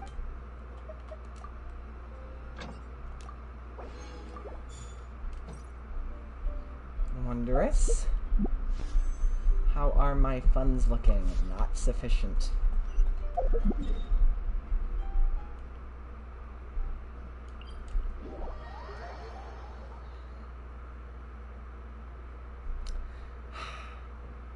I've pretty much figured out this whole quest already. I know exactly what they're gonna forget. I didn't even get spoilers. That's the thing, though, is I didn't even get spoilers. I figured this out. This was my brain working. The only spoiler I had was that Fremine was hiding the little itch, and the people found out, and Lynette was like, what the fuck are you idiots doing? That's all I knew going into this.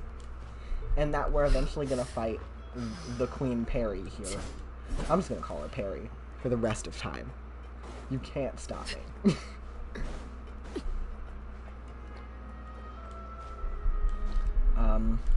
But yeah. That's all I knew going into this, and I've already figured out the whole quest. I mean, great writing. I just wasn't expecting myself to be that smart. Like, I know I can have a big brain sometimes, and I'm pretty amazing. But I didn't think I was that amazing, you know? But apparently I am. Because I figured all that out, so... Another day, another sleigh. Hi, Queen. Ah, it's you two again. I must say, you look a bit pale. Did you have trouble sleeping last night? Yes. A little. Perhaps if you had less on your mind, you'd be able to absolve yourself of such troubles. So what are you planning to do now? Catch up on some sleep? Or should I give you some time to rack your brain for a topic to discuss before I ask any questions? Although I must profess to being curious. Without child here, how do you plan on distracting me? I'm not surprised, but it is funny. I knew this. I love that. Do you need to catch up on some sleep? Or do you need to rack your brain before thinking of questions to ask me? Or should I ask questions first? Us? Distract you? Looks like you could have used some extra time to think. No matter. If you don't have any other plans, why don't you accompany me somewhere? I love that Arlecchino and I are on the same page. We already know what's happening. We're just like, ugh, these idiots. Love her. I'm sorry I skipped the Paimon part. It was funny. It was just annoying me. So I was like, not today. But yeah, I like Paimon. I think I'm a little bit mad at myself. I didn't mean to skip over it. I wanted to listen to it, but it's fine. Don't worry. I'll be sure to steer clear of any scheming children. The ocean breeze is sure nice today. So you know everything then? Children always think they can hide things from the grown-ups. But nothing gets past me. Least of all a little scheming. I think I'll let them have at it for a little longer. I can be very patient. I love her. What a queen. I'll leave you to think things over. If you're so inclined, meet me outside the Palais Mermonia. Understood. Good things come to children who do as they're told. So I do hope you decide to tag along. If only for your friends' sakes. Understood. What should we do? Go with her. She clearly knows about everything we've been doing, and Paimon doesn't think it'd be a stretch to say she was threatening us just now. No, we shouldn't. Stop that. Stop that. These people are so dumb. Do not release the pigeon. Oh, good idea. Hopefully he sees it in time. Well, we should probably head to the Palais Mermonia. Paimon doesn't want to find out what happens if we don't show up. Based on what the knave was saying just now, it sure didn't seem like it'd be anything good. Guess all we can do is take it one step at a time. Okay, then we probably shouldn't keep her waiting. It seems like Linny and the others are on thin ice, so let's do our best to not get them in any more trouble. Right. I love how Arlecchino had it all figured out. She was like, oh, do you need time to think before I ask questions? Do you need time to think of a topic to discuss before I ask any more questions? Or, without child, how do you plan on distracting me? I love her. She's such a queen. Legend. I'm rooting for Team Arlecchino on this one, honestly.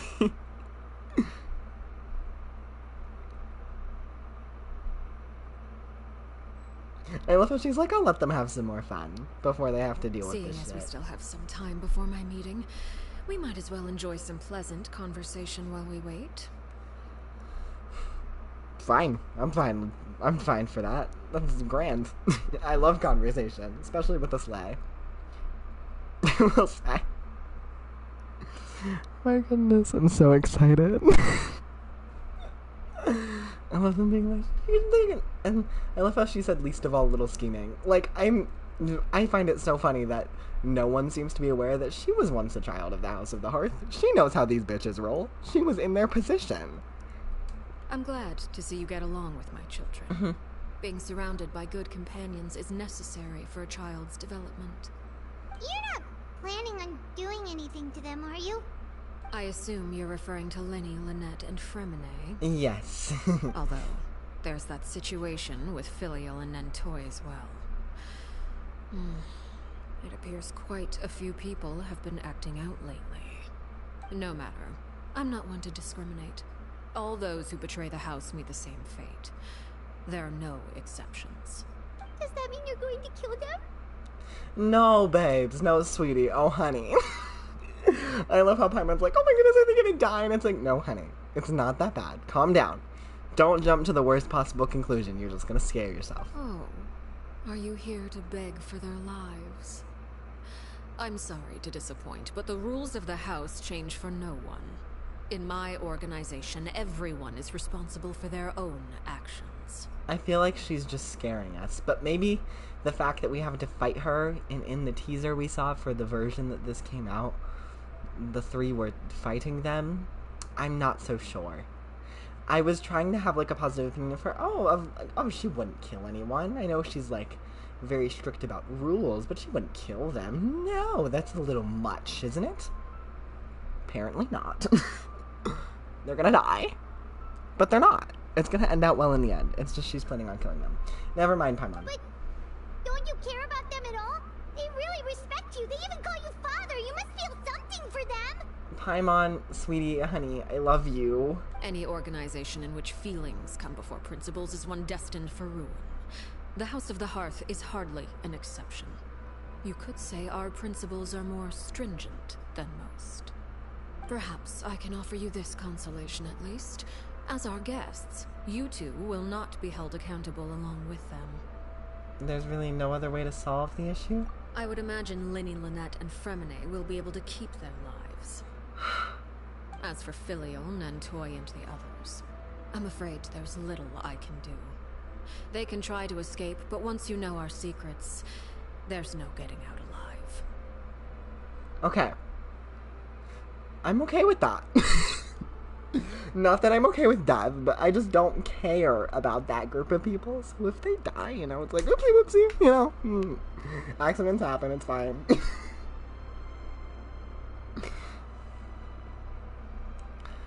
I'm very happy that she confirmed that Linny, Lynette, and Fremine will keep their lives. Thank you. I love them. Keep them alive, please. But that's awful. Paimon, I agree with you. It is awful. I don't think anyone deserves to die. Execution, that's horrible, but we can't stop her. You seem concerned. Out of consideration for my guests, I suppose I could turn a blind eye for a little longer. Thank you. If Linny and the others manage to dispose of Clairvy in the meantime, all evidence of their wrongdoing will be lost. In that case, I could hardly punish them for something I couldn't prove. If their efforts are unsuccessful, on the other hand, all will be held accountable. And the punishment will be severe. It's a deal then. Of course. Oh, and here, I believe this belongs to you. Do try and keep better track of it next time. It takes a considerable amount of time to train a bird like this. It would be such a pity if you were to lose it. Permanently. Thank you. Wait, where did you get that? Wait, now where she got that? Calm down. I'm afraid that's all the time we have to chat. Now, for the matter at hand. Okay. That was an intense conversation. I do feel bad. Also, first of all, Paimon's voice actor, Slade. Get it, girl. That was amazing. Second of all, I'm sorry for joking. That's how I process things. I didn't mean it. When I'm joking and when I'm laughing and I'm smiling, I don't mean anything. Most of the time, that's just me processing a situation I don't want to accept as real. But that is very sad. I asked you to meet me here because I have business at the Palais Mermonia. It has nothing to do with you, but I think it would be prudent for you to stick by my side for the time being. There will always be time later to run off and tell Linny what you've learned. Thank you for reading me like a book. It saves me time. Honestly, I love these people. Like, thank you for telling me everything, honestly. It saves me the energy. Well, time to go. Looks like we wrapped things up just in time. Wonderful. Follow the knave to complete the negotiations. Wondrous. Grand. I am terrified.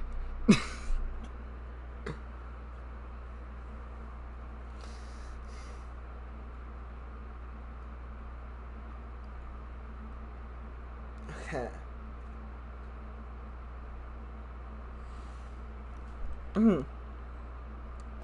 Wonderful. It's probably with, the Grand Twink of Fontaine. Hi, Dragon Boy.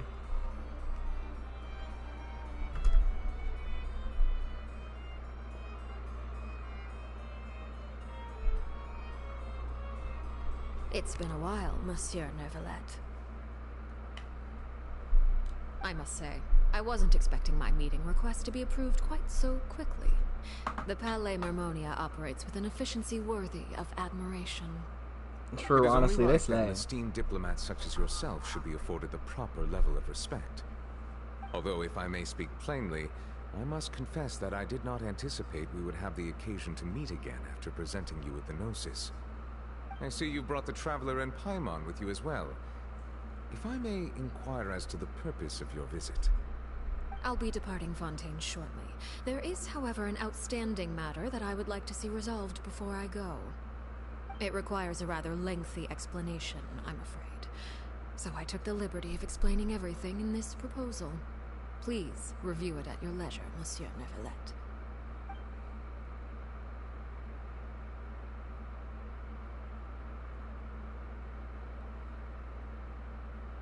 I'm concerned. This is concerning. I'm concerned. Sorry, I needed to check audio. This is concerning. I don't like this. This is upsetting me greatly. Don't give me that cross-legged stare, babes. I'm about to have a full-on breakdown. Do not. I understand your request. However, at the risk of causing offense, I must admit that I fail to see why you would wish for such a thing. I heard you have a certain fondness for water tasting, Monsieur Neuvillette, so allow me to use water as an analogy. A family is like a large body of water with countless rivers flowing in and out. As someone who watches over this system, I would hope that each river that flows from the source will eventually reach the ocean. Of course, objectively speaking, I know this is impossible. Most of the rivers will dry up along the way, disappearing into the ground and leaving nothing but a barren riverbed behind. Not all rivers are destined to reach the ocean, but I would not see their existence rendered meaningless. I believe the water that flows within them is simply meant for a different destination, like a field in need of irrigation. Or perhaps the glass of a certain water-tasting enthusiast. This is an analogy for the kids of the House of the Hearth. Did you get any of that, Traveler? Kinda, yeah. I think that's an analogy for the kids of the House of the Hearth. Departing from the house. And knowing that, though they cannot go where she wants them to go, she hopes that, in secret, without compromising anything, they can still have a life. Your words paint an optimistic picture indeed. Allow me to remind you, however, few among us are willing to sip from a glass filled with tainted water. It may have been tainted at one point in time, but not to worry. I'll make sure it's strained of all impurities and returned to its cleanest form. Oh. Intriguing. I seem to recall there being a transactional aspect to your proposal. Perhaps you could expound on that? If you accept my proposal, Monsieur Neuvillette, I will gradually withdraw my forces from Fontaine. And, unless absolutely necessary, I will no longer carry out any special missions within Fontaine. I presume I can take your words to mean that, in the future, cases similar to the Tartuffe assassination will cease to cross my desk? Tartuffe? Ah, that thief who embezzled funds from all those charities, you mean? My deepest condolences to his family, but without any evidence, I cannot imagine how the House of the Hearth might have been involved in his passing. I love her. She's like, oh, that thief that stole from people who needed money. I don't know how he died. Very sad. What a queen. I don't condone murder. However, if you're taking funds from charities, I think you deserve some sort of punishment. Of course, if you accept my proposal, Monsieur Neuvillette, I'm sure certain measures could be taken to reduce the frequency of such troubles. I love them. You choose your words carefully indeed. In that case, I am inclined to accept your proposal. My thanks for your generosity, Monsieur Neuvillette. I love them. Well, with that settled, we should be going now. I took the liberty of bringing along 2 bottles of spring water from Snezhnaya for you to enjoy. I do hope I get the chance to hear your impressions. Perhaps at our next meeting, yes? Indeed. I trust you would not overlook your commitment in the meantime. All right, Traveler Paimon. Time to go. Understood. We're just listening to her. She is truly the father. She is truly. Leave Palais Marmonia. Birds in a cage. That concerns me. Last time we had a situation with birds in a cage analogy, it was Nahida being trapped and tortured. So, I'm a little concerned.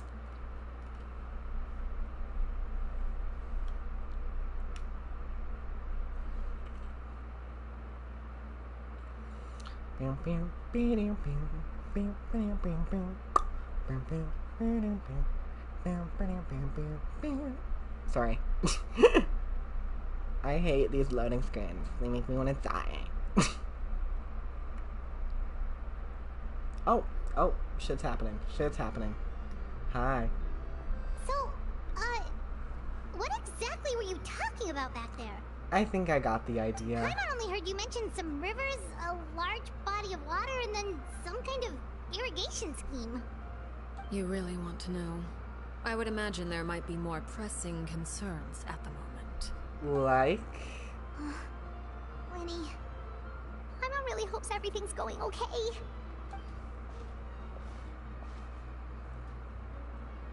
Oh, Paimon recognizes that look. You've got your thinking cap on, don't you, Traveler? Yeah, ooh, I love that you know me so well. The knave may seem relaxed, but she didn't seem to be joking earlier when she said those who betray the organization must pay with their lives.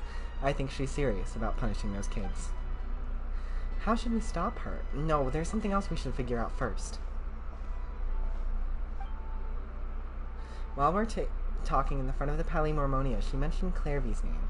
Does that mean she knew where Clairvy was this entire time? Maybe she even anticipated how Linny and the others were going to act. Oh no. Ow! What the fuck? Oh, shoot. Are you alright? Yeah, I'm fine. Who are you? Oh, jeez. I'm so sorry. I was so focused on selling these papers, I wasn't looking where I was going.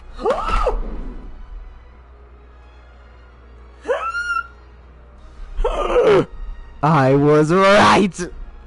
I'm amazing. I'm amazing.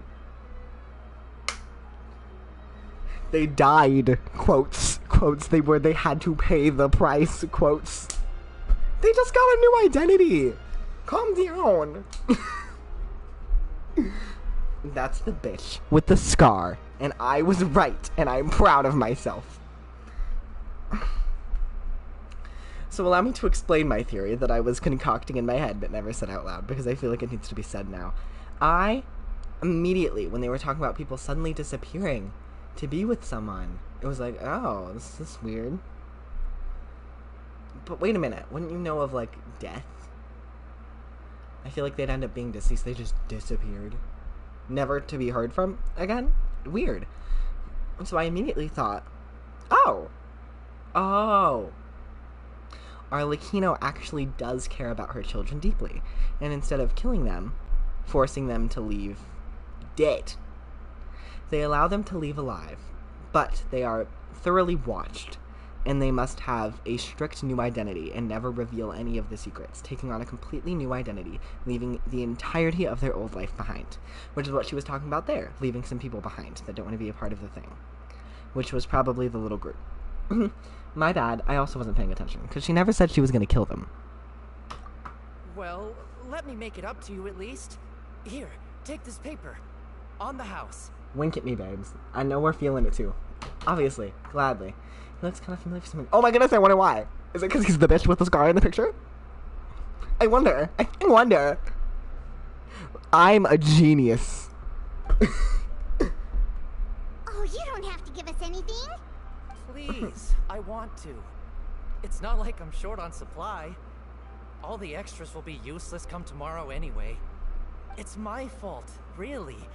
I was just trying to bring home some extra mora for the family, but I bit off more than I can chew. I haven't had many takers today, so I'm still swimming in papers.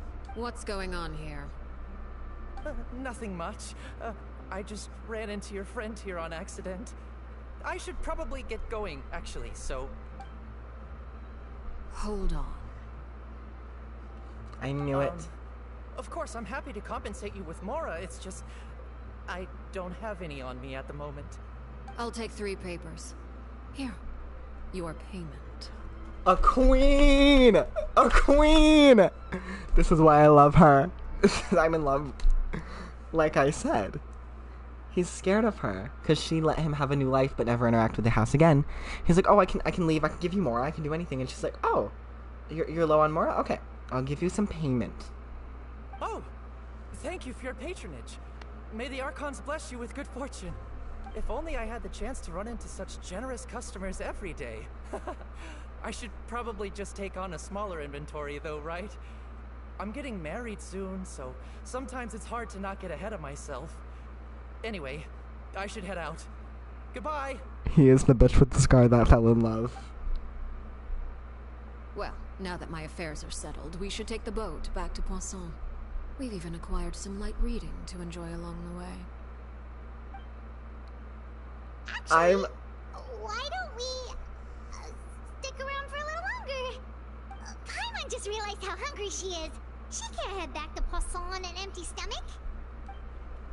Looks like Paimon is trying to buy us more time. If we head back now, I doubt Lenny and the others will have made any more progress. What should we do? It appears you two are under the impression that delaying our return will somehow alter the situation in your favor. I'm sorry to ruin your fantasy, but your efforts are meaningless. That being said, I could be persuaded to give Lenny some extra time. I just have one condition. What is it? If you agree to my request, I'll even answer some of your questions. You're quite curious about Claire V, are you not? And my relationship to her. Perry. Wait, why are you being so generous all of a sudden? You're not gonna ask us to do something bad, are you? You overestimate yourself.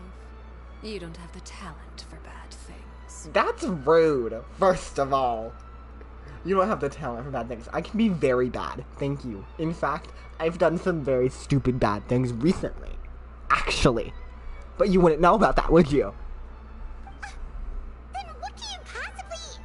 The most important consideration in a negotiation is that both sides receive something they want. Demands and threats only get you so far. Your condition. Let's hear it. Wonderful. Here it is. When the time comes, make the choice that you deem most appropriate in the situation, and lend your help to the House of the Hearth. And that's it? Of course, why would I do anything else? You and the house are people I care about deeply, of course. Okay, sounds normal enough. But what do you mean, when the time comes? When is that supposed to be? This is giving Kafka. When the time comes, make a choice when you won't regret. That is for you to decide. It's time to make a decision. We accept your condition. Then we have a deal. Follow me. Wonderful.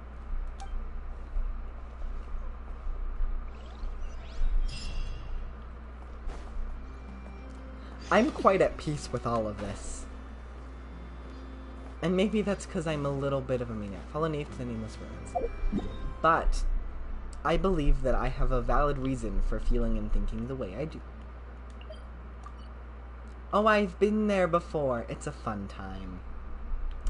There's not a lot of teleporters close to it, though. We could go from here. It's not that much of an issue.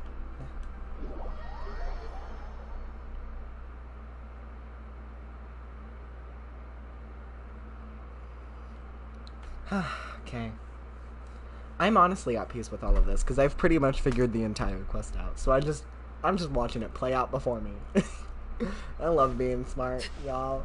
Who knew I had such a big brain? Oh wait, I did. Sorry.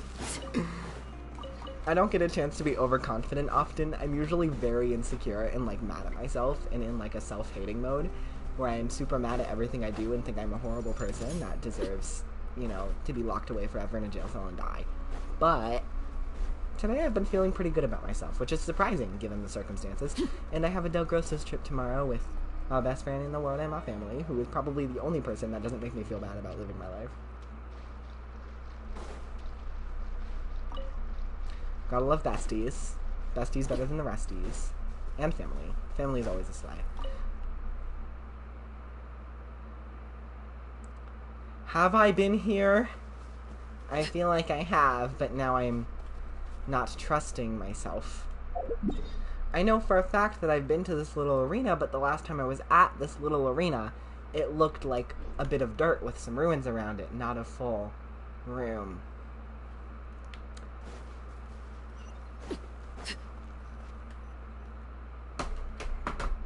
Hi, Arlechinno. What is this place? I'm curious too. I think it might have been the old house. Somewhere long forgotten by everyone. It used to be a grand building. Now it's nothing more than a pile of rubble. Oh my goodness, am I right? Look at me go! Pulling out the stops again. It's the old house of the hearth. I can feel it. I can just feel it in my bones. Oh my goodness, there's even a little sign there. I'll read it later. I have not read it yet. I probably should have done that first to confirm my suspicions, but it's fine. I think it's the old house of the hearth that was destroyed by their little battle. No one comes here anymore. Nor does anyone care about what once happened here. Although, this place does have something to do with the story I'm about to tell you. Okay. It was before I became a harbinger, and before Linny and the others joined the House of the Hearth. Due to certain events, I first killed Clairvy and then her mother. And this is where it all happened. I was right. This is what we saw in the little animated short, where Arlechinno killed the old knave, the mother, in quotes, and blew up the building. This is the old house. I didn't realize Clairvy died. You were the one that killed Clairvy? I'm not surprised, though. Why? I am curious. Patience now. Allow me to explain Clairvy's side of the story first. I'll start from the beginning. Ooh. Is it going to be a fun little cutscene moment? I'm excited. Clairvy was 6 years old when she was brought by her mother, Crucibina, to live in the House of the Hearth. From the outside, it seemed like a fairy tale. A thriving family made up of kind adults and friendly children. Crucibina was the knave at that time, and the House of the Hearth was under her control. She was Clairvy's mother by blood, but she was also the mother to all the children in the house. I am surprised that they're related by blood. That is something I did not know. I didn't know they were like, she was actually related. She was like her actual blood mother, not adoptive mother, but both are equally valid parental figures. Crucibina, what a name. Yeah. I pretty much already know all of what's about to go down, as I have literally said during this entire stream what I've predicted this entire quest is going to be, and I've been right so far. So, I'm assuming everything I said right before this, where I was like, this is exactly what happened, and I know for a fact that it is right, is true. I trust myself. I already know what's going to happen. Clairvy was happy. But I am still excited to see it play out, because I've never actually felt it. But she quickly realized that being part of this family wasn't a fairy tale at all. It was a kind of purgatory. Yeah. Again, I will say a lot of people are like, oh my goodness, if you know what's gonna happen, why are you being... Because it's nice to, like, be like, oh my goodness, I knew it. Like, that's such a nice feeling.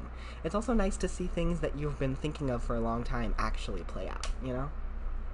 Purgatory? Exactly. The House of So I'm gonna the be Hearth quiet takes for in most of war this, so we can orphans enjoy from it. Sorry for all hitting the over mic. Teyvat.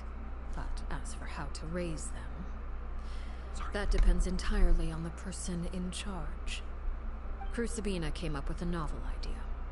She would teach the children to fight, force them to duel each other, and then crown as the king of the house the child who proved themselves most worthy of inheriting her title.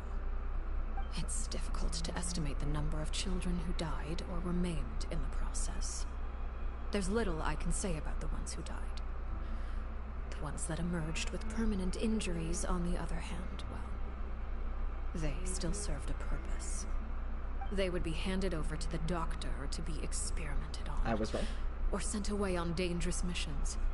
Nothing more than tools to be used and then discarded. That's horrible. I'm so happy she stopped this. So those I were don't the think anyone deserves experiments to die, but I'm Clairvy happy was she talking stopped about. this, even if it meant killing But the what old man. actually happened to her? You said that Clairvy was Crucibina's daughter, so if Clairvy tried to convince her to stop what she was doing, Crucibina probably would have listened, right? No. Despite being Clairvy's mother, Crucibina cared little for her daughter. She forced Clairvy to join the House of the Hearth only as a means to demonstrate her own impartiality as a mother, to prove that she treated all her children equally. Clairvy did try to convince her mother to change her ways, but it was to no avail. After her efforts failed, the only other option was to rise up and try to fight back. Unfortunately, the other children had already been thoroughly indoctrinated into the illusion of happiness Crucibina had created. Of course, there was one exception. Someone Clairvy's age, who knew the truth about the House of the Hearth. Her name was Peruere. Perry. Arlechinno. Wait, the friend that Clairvy mentioned? Is Arlechinno. Friend, huh? I suppose we can call her that for now. Because she's you? Clairvy was a cheerful, Yup, passionate I knew it. person with a tenacious spirit. Peruere, on the other hand, was rather cold-blooded. Her cold-blooded nature allowed her to see through Crucibina's facade. Yet, it was also this cold-bloodedness that prevented her from acting against it.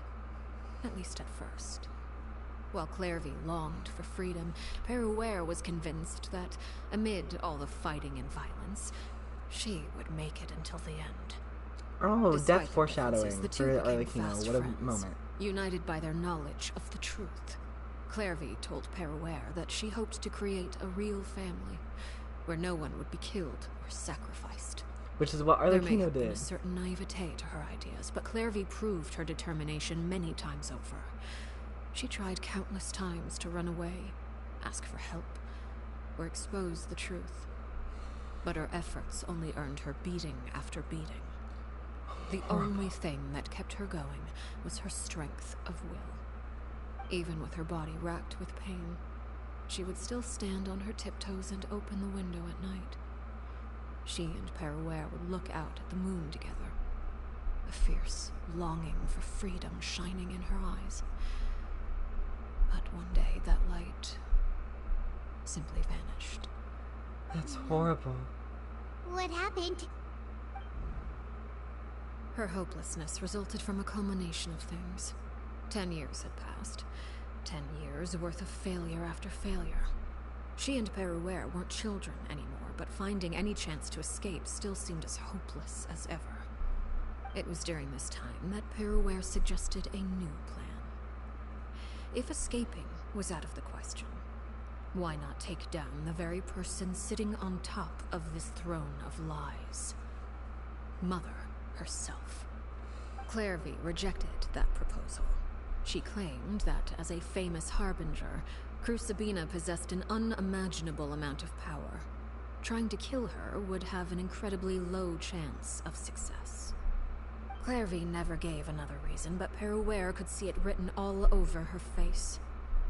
Clairvy still thought of Crucibina as her mother. Killing her own flesh and blood was a line she couldn't bring herself to cross. If she couldn't escape and fight back, then only one option remained. Death. Precisely. Death was the only way that she felt she could be free. Horrible. It happened during a duel. When she arrived at the dueling ring that day, her partner turned out to be none other than Peruere. The very person that had stood by her side all those years. It was a fierce battle. But ultimately, Clairvy decided to let Peruere end her life. It's horrible. I feel so sorry for her and for everything. What Clairvy must have been going through. Oh my goodness. Okay. From that moment on, Peruere's journey was one written in flames. When the rain finally came and washed it all away, there she stood, the sole victor in Mother's endless game of slaughter. A trail of corpses strewn across her path to success. It was the very result she had predicted 10 years prior. Even then, she believed she would make it until the end. She wasn't surprised by the fact that she emerged as Mother's undisputed heir. Rather, her success left her with an inexplicable sense of restlessness. That I can assume by the way she's speaking has not gone away. And there was only one thing that could quell that sensation. Perhaps you two would like to take a guess as to what it was. Killing the person at the top? Crucibina, you mean? But... Correct. This is the place where Peruere killed her best friend. A mere year later, this is also the place where she fought tooth and nail to kill the mother they shared. The moment she acted, any conception of what was right or wrong ceased to matter. It's one of the principles of the house. Only those who survive get to write the rules. Peruere won the battle, and became a harbinger herself. After which Her Majesty, the Tsaritsa, bestowed upon her a new name. Arlechinno. So the Perry Clairvy was talking about... It was you all along. You're Peruere. Arlechinno is just a name you got later. This was your story just as much as Clairvy's. She's even more my favorite character. This story is so beautiful. I know I already knew what was gonna happen, but just hearing it all is so beautiful and so tragic. I left that name behind long ago. I must say, hearing it now does bring back memories. Of course After it does. I defeated Crucibina, the moniker of Mother died with her. I chose to forego the title she called herself, and even chose to give up my own name. I rebuilt the House of the Hearth under a new identity. Not only as Arlechinno, but as father. And that is where the story ends. Any more questions? The Clairvy we met, though, who is she exactly? Yeah. Based on what you just told us, Clairvy wasn't a little kid when she was killed. So the Clairvy we met... Was she really a spirit at all? I suppose you could call her an illusion born of flame. Her existence is like ashes to a fire. Something left over in the wake of blaze and ruin. You see, a certain power runs through my veins. It's not unlike a curse. My flames leave behind shadows of anything they consume. That sounds horrible. Haunting. The chances terrible. of those shadows morphing into a sentient entity are exceedingly slim. Clairvy is a very special case.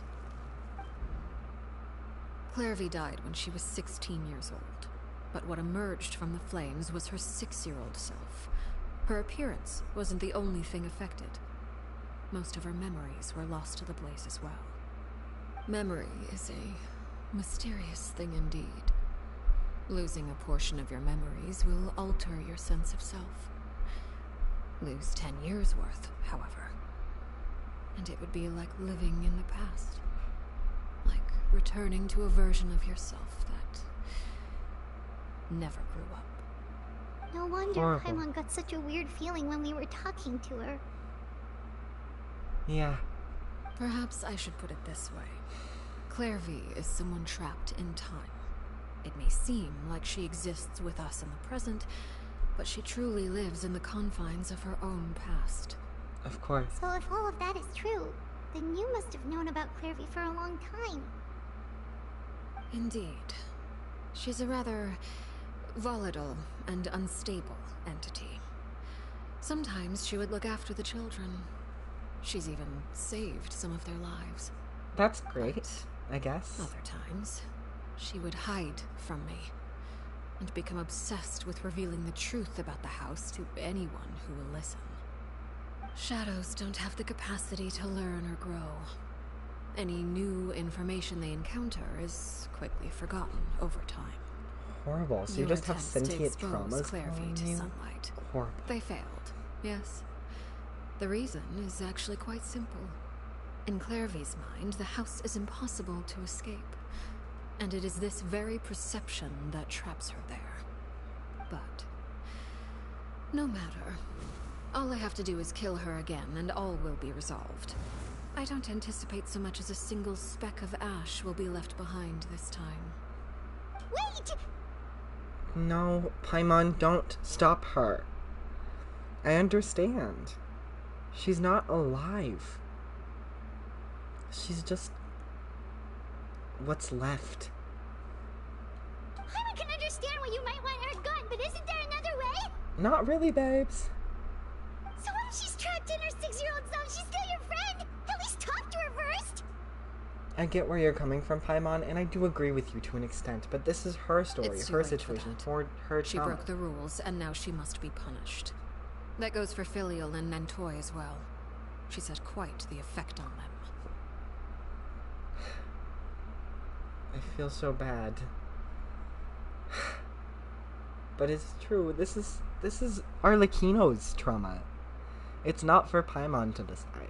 Though I do get where she's coming from. I hope you understand. The difference between Crucibina and myself lies in our formulation of the rules, not our policy for enforcing them. Upholding the rules without question is a trait we both share, because that is how a household should be run. Fair point, honestly. But I do think you have some room to what grow. you want to do? Whatever could you mean? Don't you want to say a proper goodbye at least? Whether as a killer or as a father, there are two things that must be avoided at all costs: anger and sorrow. Anger makes you impulsive. Sorrow causes you to waver. Well, it appears it's about time to proceed. Before we arrived, I told some of my well-behaved children to bring our troublemakers here by nightfall. I do believe I've kept my end of the deal. I give your friends quite a bit more time. As for what happens now, we'll just have to wait and see. I suppose.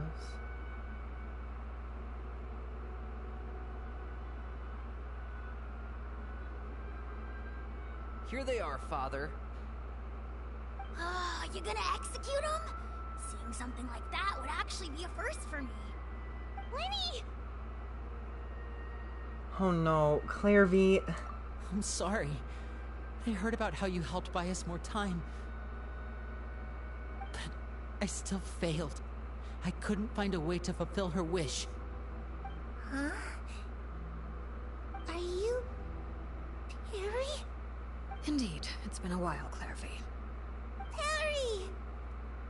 Shh, stay right there. I'm sorry to postpone our reunion, but first I believe certain scores need settling. Ooh, okay, boss fight time, I suppose. Can I change my party, please? Father, let me explain. Out of my way. Father! You chose to conceal a threat to the house, and for that, you must be punished. Overall, however, I suppose your wrongdoing is hardly the most egregious of the bunch, so I'll deal with your punishments later.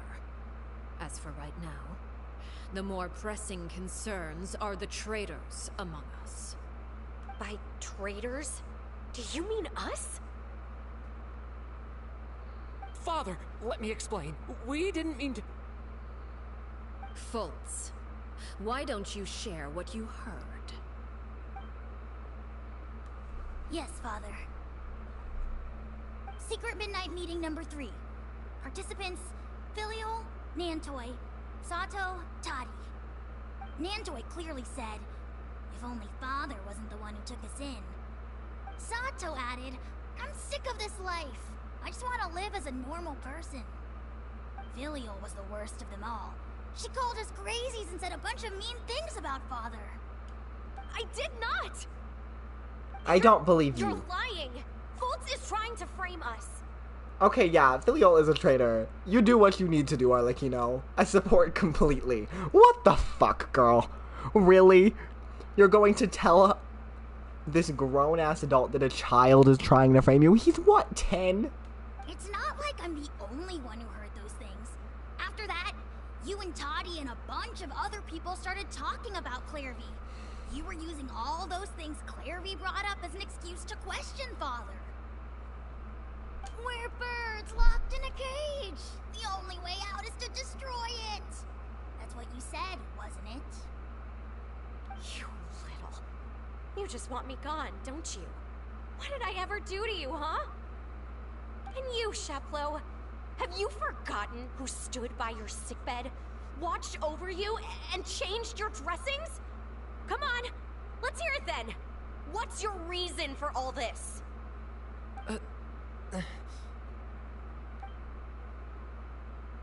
You're wrong, Filial. We don't don't want you to die. You're our family. Liar. You wouldn't be doing this if that were the case. So why? Why have you backed us into a corner? I didn't mean to skip over that part where they went to Arlecchino's face. I have no clue. I assume she looked frustrated. We all live in the House of the Hearth. You know the type of work we do, Filial. A single betrayal can cost dozens of us our lives. It's not like it's never happened before. That kind of thing is hard to forget. That's why the House of the Hearth cannot tolerate any form of betrayal. Ever since we came to Poisson, you've had 7 secret meetings. A lot of the things you talked about really crossed the line. You've been spying on us for half a month? Wait a second. Now that I think about it, the move to Poisson was just a way to make it easier to spy on us, wasn't it? Because we were all in one place. You've had this planned all along. Filial, Nantoy, I'm sorry. I owe you both my life. I owe Clairvy too. If it weren't for all your help after I got poisoned, I wouldn't be standing here today. If this were any other situation, I would do anything to repay that kindness, even if it cost me my life. But rules are rules. I'm sorry. My hands are tied. Why? Why? Oh, you know, I wish I could feel bad for you. We made a mistake, and we should own up to it. We broke the rules, plain and simple. Now we have to face the consequences. I'm sorry, Chapleau. Fultz. I'm sorry, Father. We accept our punishment. Chapleau, according to the rules of the House of the Hearth, how should these traitors be punished? All those who betray the house pay with their lives. And so it shall be.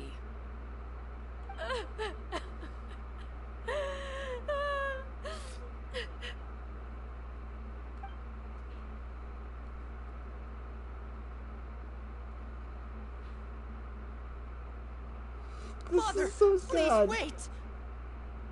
Something you want to say, Linny? Oh, shit. What's happening? Reconsider, Father. What Filial and the others did.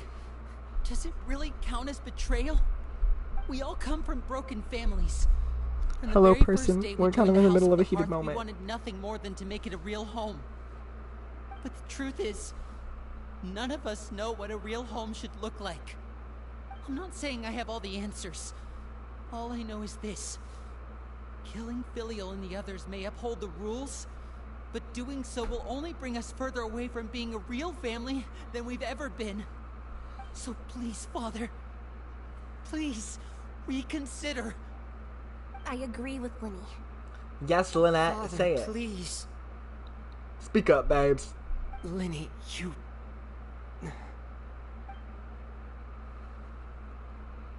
I also agree with Linny.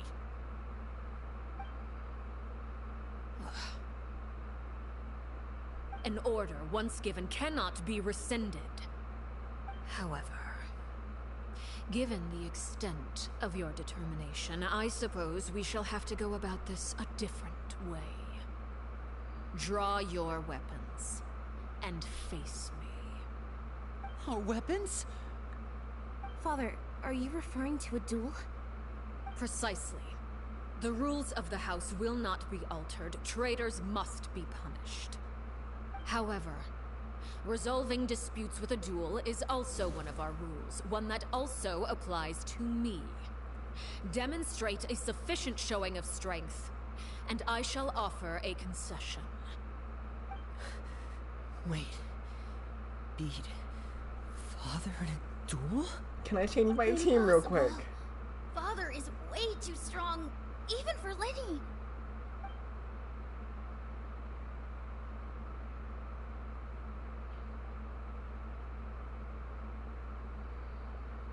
Yes, bitch. The Golden Trio. Way to slay. Come on. You got this. Yeah. Yeah. Queens. Did you hear that, Traveler? Yep. Lenny and the others have to duel the knave. What should we do? Can they really win something like that? We helped them. If they lose, She never those said we people from couldn't the house are really participate. gonna be executed. Hey, are you listening? Of course. But I already know what has to happen. Is executing them really what she wants? Yeah. What a great question. I don't believe so. Don't you want to say a proper goodbye at least? Anger makes you impulsive. Sorrow causes you to waver.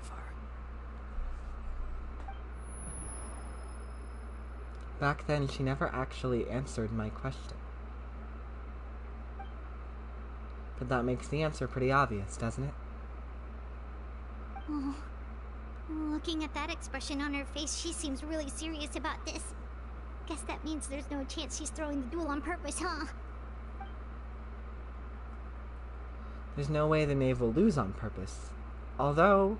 When guests are around, families are often on their best behavior. And any disputes are less likely to escalate.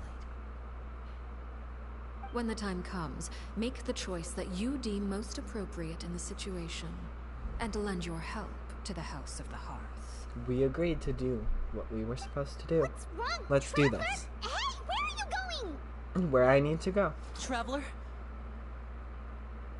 I'd like to see for myself what the fourth of the Fatui Harbingers can do. You're asking to join the duel against the knave? What did you expect, Paimon? If that's okay. I'll allow it. We do have a ready-made dueling ring at our disposal, after all. All I would advise is this. Keep a firm grasp on your weapon, and give it your all. Any less, and you may just lose your life. Will you let me change my team, please? My team for this sucks. They're not gonna let me, are they?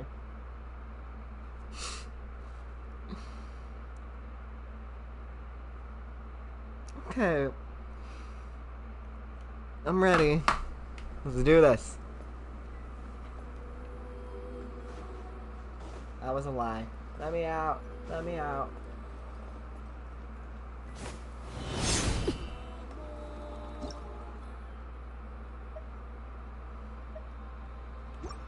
Why the hesitation? I'm sorry. I need to change my team. I know. Don't be mad at me, please. But I must.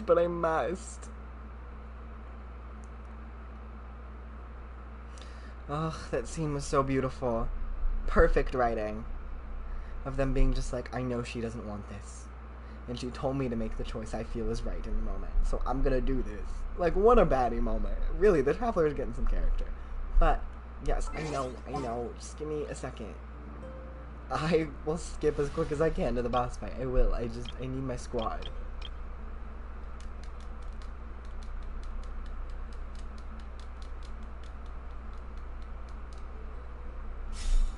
Okay, we're ready. Let's go.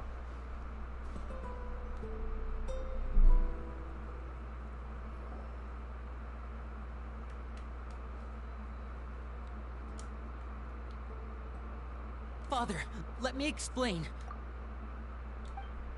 Out of my way. Father! You chose to conceal a threat to the house. And Can I for not that, skip? You must be punished. Overall, however, I suppose your wrongdoing is hardly the most agreeable with your punishments later. By traitors? I'm sorry. Father, Please let me skip over this explain. part. We didn't- Please. Faults. Yes, Father. Secret midnight meeting. Nandoi clearly. Sato added. Filial was the worst of them all. I didn't. You're. It's not like I'm the. We're birds. You little. You just want me gone, don't you? What did I ever do to you, huh? And you, Sheplo, have you You're wrong, Filial. We don't want you to die. You're our family. Liar. You wouldn't be doing this if that were the case. So why? We all live in the house. A single betrayal can cost. That's why the House of the Hearth cannot. You've been spying on a Filial, Nance, I owe I'm you sorry. both my life. If this were I any hate other... leaving any of this. That's enough. I hate skipping past Sorry, this. Chaplo. We... Chaplo, according to the rules of the... All those who betray the house. And so it shall be.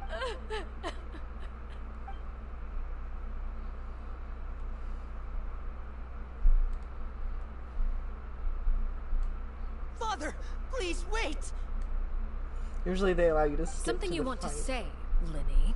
Please reconsider. We all come from Brook, but the truth is, none of us know what a real home should look like. I'm not saying I'm I gonna have let all the this happen answers. again. All I know is this.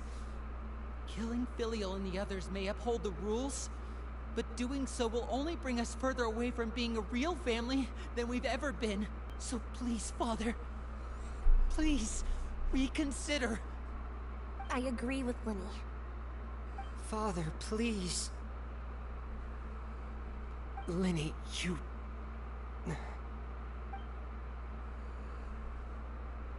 I also agree with Linny.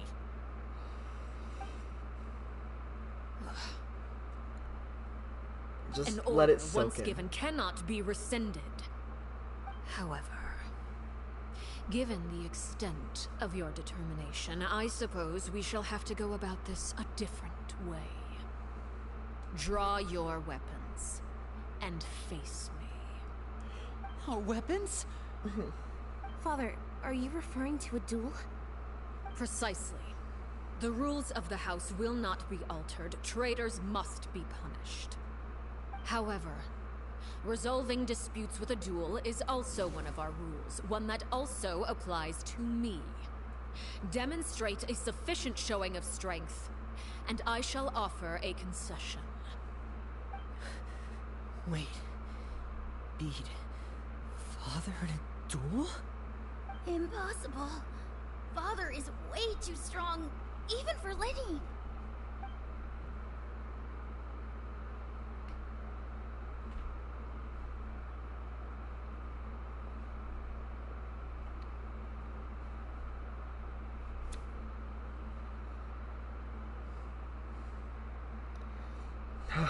The queens. They really... Oh, this is such a beautiful moment. Did you hear that, Traveler? I did. Linny and the others have to duel the knave. What should we do? Can they really win something like that? No. If they lose, those people from the house are really gonna be executed. Hey, are you listening? Is executing them really what she wants? Sorry I'm doing this again, but it must happen. Don't you want to say a proper goodbye at least? Anger makes you impulsive. Sorrow causes you to waver. Back then, she never actually answered my question. But that makes the answer pretty obvious, doesn't it? Oh, looking at that expression on her face, she seems really serious about this. Guess that means there's no chance she's throwing the duel on purpose, huh? There's no way the knave will lose on purpose, although... When guests are around, families are often on their best behavior. And any disputes are less likely to escalate. When the time comes, make the choice that you deem most appropriate in the situation, and lend your help to the House of the Hearth. Right. What's wrong, Traveler? Hey, where are you going? To do what I need to do. Traveler? I'd like to see for myself what the fourth of the Fatui Harbingers can do. You're asking to join the duel against the knave? What else should I do? If that's okay. I'll allow it. We do have a ready-made dueling ring at our disposal, after all. All I would advise is this. Keep a firm grasp on your weapon, and give it your all. Any less, and you may just lose your life. Okay. I'm ready. We just have to wait for it to load. But I am ready.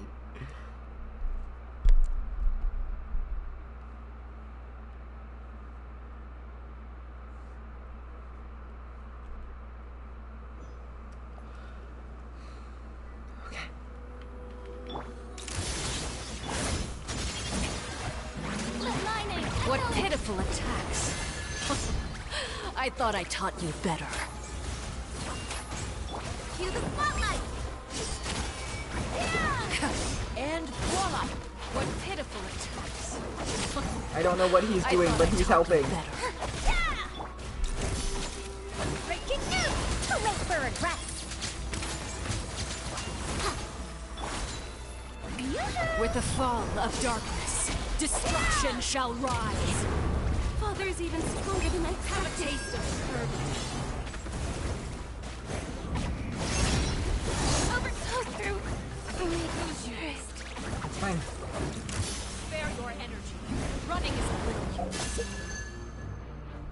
We need to get Lynette back up. She's the only way we are gonna make it through this. So, let's bring the baby back.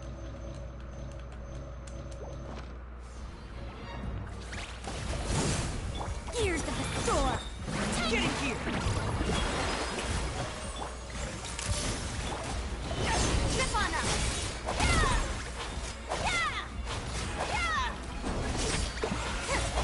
The countdown has begun. Like a fly tangled in a web. Not bad. Now your chance to be a worthy opponent. Take these photos to the Steambird! The show begins! Have a taste of purgatory.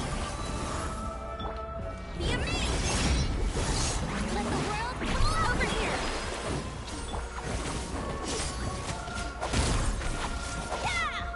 Over where?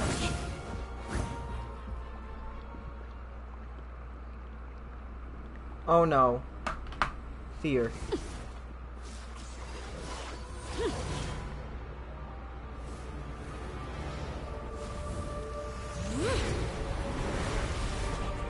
That spiderweb demon vibe is not making me feel any better about this.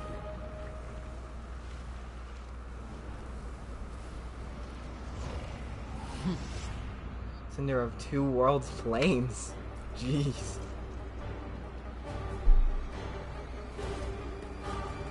Terrifying. Motherfuck. Seared away. My blade is all that remains. Me. May I present?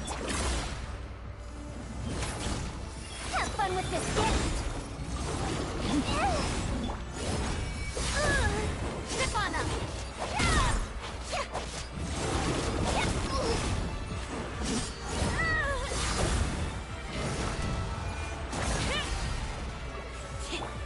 Say cheese. No more chance. Over here. Over here. Let the magic begin. Stefana. Hold that pose. I don't like these vibes. Oh, motherfucks. Watch out for Father's movements! Look out! I'm not blind, babes, but I appreciate the offer. About that. Oh, I'm concerned. Cutscene, though?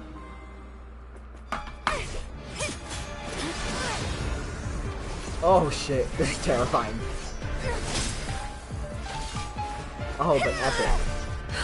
I've never seen a fight scene like this in Genshin. Crazy shit. Here we go, Lynette. Let's go, friend. Baddie. You should know better than to crowd in one place.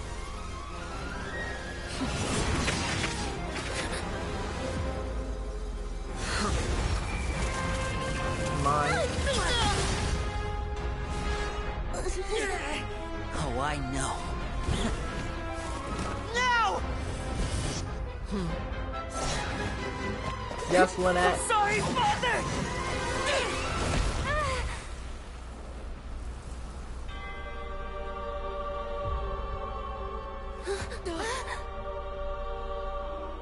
Sorry for what? This pitiful excuse for an attack.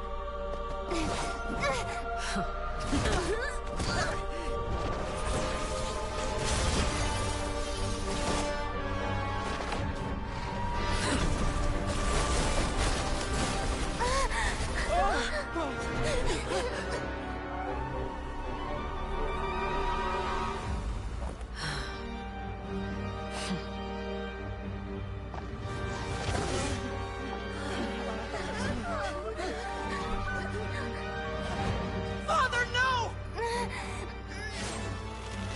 Yes, bitch.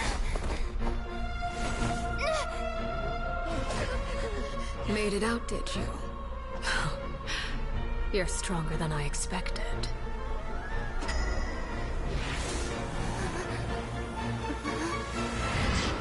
What the fuck?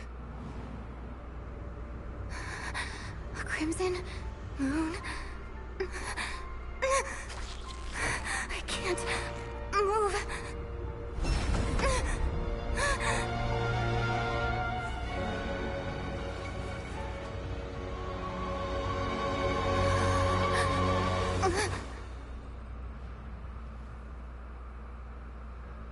Still, not strong enough to beat me.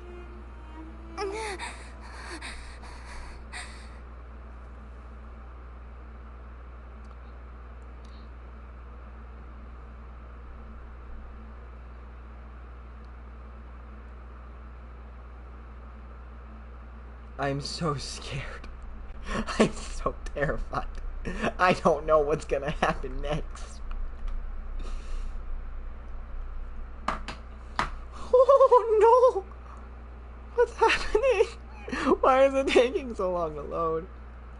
That cutscene with Lynette was pretty badass though. We never see her fight.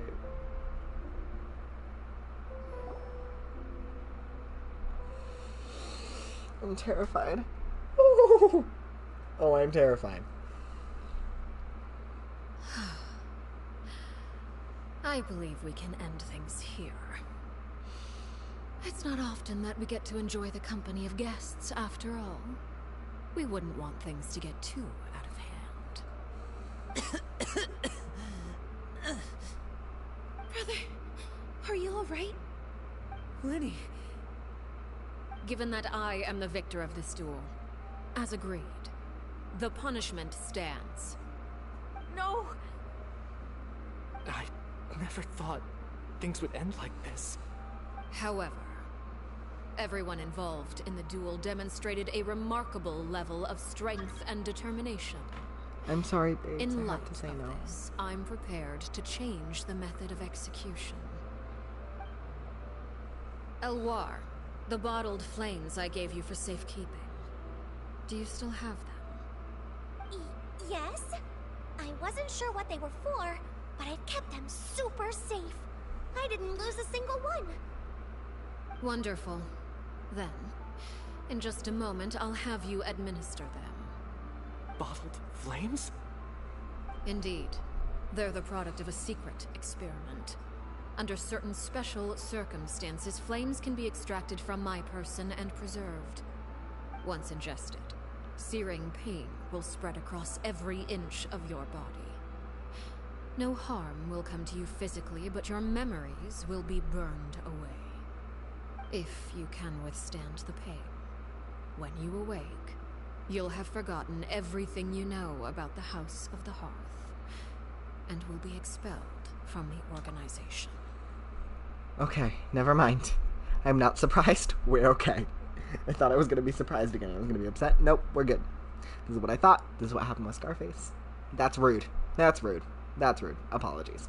In other words, administering this concoction will kill the version of you that grew up in the house, and give you a new identity. That means the young man that I thought looked familiar, the one selling the newspapers outside of the Palais Mormonia, he must have been the same Horaire we saw on the list of executions. He wasn't killed at all. Memory is a mysterious thing indeed. Losing a portion of your memories will alter your sense of self. No, if my understanding of the knave is right, she really thinks of that as killing him. The horror that lived in the House of the Hearth is dead. The one that remains is simply a normal person, living out his life with his beloved. Even so, it's much better than actually ending their lives. So, you're just letting us go, Father? You misunderstand. Memories are extremely important. Once consumed by flame, the version of you standing before me will die, and our secrets will die with you. So no, I don't intend to just let you go, because the person who survives will be nothing but a stranger. Even so, I won't have to live in fear anymore. I'm sorry, Father. I'm sorry I let you down. But I really... Don't cry, Filial. You haven't left the house yet, so there are still rules to be followed, yes. Remember what I taught you. Anger makes you impulsive, sorrow causes you to waver. Don't let yourself be controlled by your emotions. Of course. I'll remember. Dry your tears, and go pursue the life you really want. Yes, Father. Chaplot, Foltz, Elwar. Take them back to Poisson. And bring Lenny and the others as well. I prepared 3 extra vials of bottled flames. As for whether to take them, the choice is yours. Goodbye, children. The next time we meet, I will no longer be your father. Thank you for all you've done for the house. I hope you have bright futures ahead of you. I'm gonna cry. This is horrible. This is so sad, but it's beautiful in a lot of ways. That people are leaving their lives behind, but in good faith. Let's go.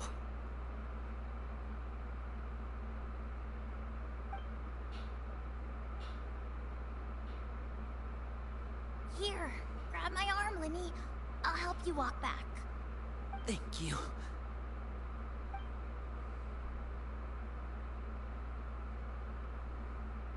Clairvy.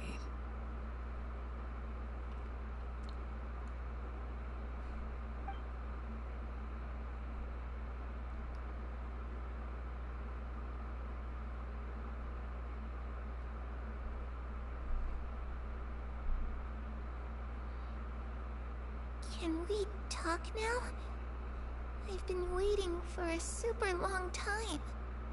You really are Perry, aren't you? I haven't seen you in so long. Hello. How come you're all hello. grown up? I'm in the middle of a very intense emotional moment right now, but I will get back to your comments as soon as I can. Or am I dreaming? What a long dream. Neither. You died, Clairvy. That's what happened. You could have at least sugarcoated it a little. Look, she's done speechless. If this really How is are Clairvy... you? I'm good. Thank you. How are you? If this really is Clairvy's younger self, then I would say she's probably had enough lies. You're getting some big spoilers, by the way. Okay then. Huh? That's it? You accepted it just like that? Yep. If that's what Perry says happened, then I believe her. Perry I am wouldn't lie fine, to me. LOL. Emoji Plus, happy tears. I don't really need to know why I'm like this. I'm more curious about what happens in the future. If you're a harbinger now, Perry, that means Mother is gone, isn't she? That's good. Being fine is better than bad. Can you tell me about it? Thanks for I tuning want to know in. what happened to her. And to me.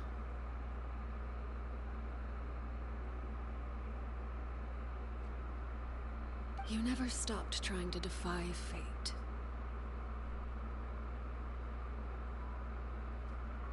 At first, no one believed you. You could only vent your frustrations to the moon. In fact, you often Are sought you comfort doing the in night Arlechinno sky. quest? You I wanted to am. see the aurora, so one night we promised each other we would go to Snezhnaya to see it together. It's really big. It's really spoilery. Later on, you tried to run away, I'm but pretty sad right now. you were brought back each time. Mother spared your life, but it wasn't out of kindness. Instead, she decided to make an example of you by slowly torturing you over time.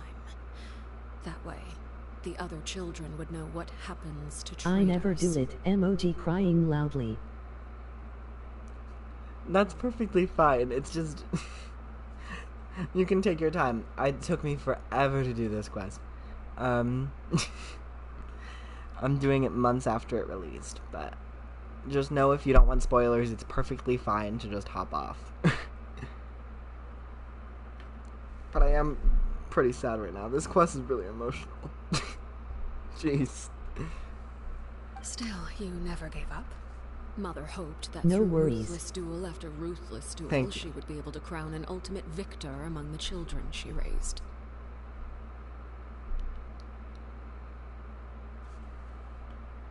But you called on everyone to unite, to fight to a draw in order to reduce casualties. Your efforts may have only delayed the inevitable, but still... Why are you just laughing? Emoji crying loudly. Why am I just laughing? So I don't cry. Because I'm on the edge of tears. This is really emotional. So yeah, this is why I'm laughing. I laugh so I don't cry. Thank you for asking. You tried everything you could think of. I can't but say every much, I'm just attempt trying to ended in soak all this failure. in. Still, you never turned your sword on Crucibina, and you never turned it on me. On that gloomy day, you told me. For the last 16 years of my life, I've done everything I can to fight for freedom. But now, I realize that the only freedom I truly possess is the freedom to choose to die. I never imagined I would say something like that. I must have been feeling really worn down. Okay, now I let you finish the Somehow, quest. I will speak I after. still think I understand. Thank you. According to I Mother's appreciate you plan, speaking. only one of But us was still, going to thank make you. it until the end. And I always hoped that person would be you.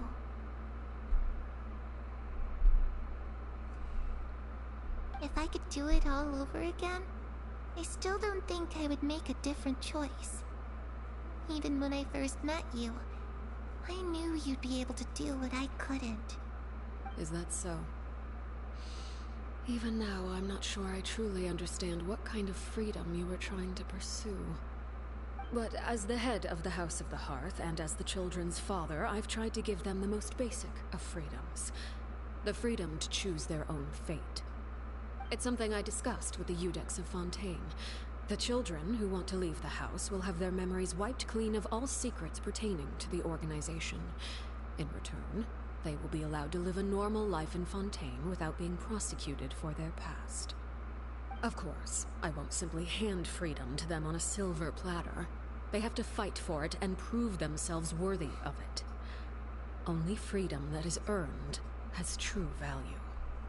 That's What more a than wonderful enough. sentiment. That's exactly the kind of life I was fighting for. You know, Arlechinno Harry, really did give I think Clairvy you're what a she pretty needed. amazing king, and a really great father too. Arlechinno I'm did really what happy Clairvy that you're the wanted one to who happen. took over the house. I guess I do have one regret though. I still haven't seen the outside world. Well, it just so happens that our dear guests over here have been to many nations and traveled to countless places. Perhaps they would be willing to tell you what the outside world is like. Really? Of course. Of course! We've traveled all over the place. We've got so many stories, we could probably talk your ears off for 3 days straight! Yeah. All positive.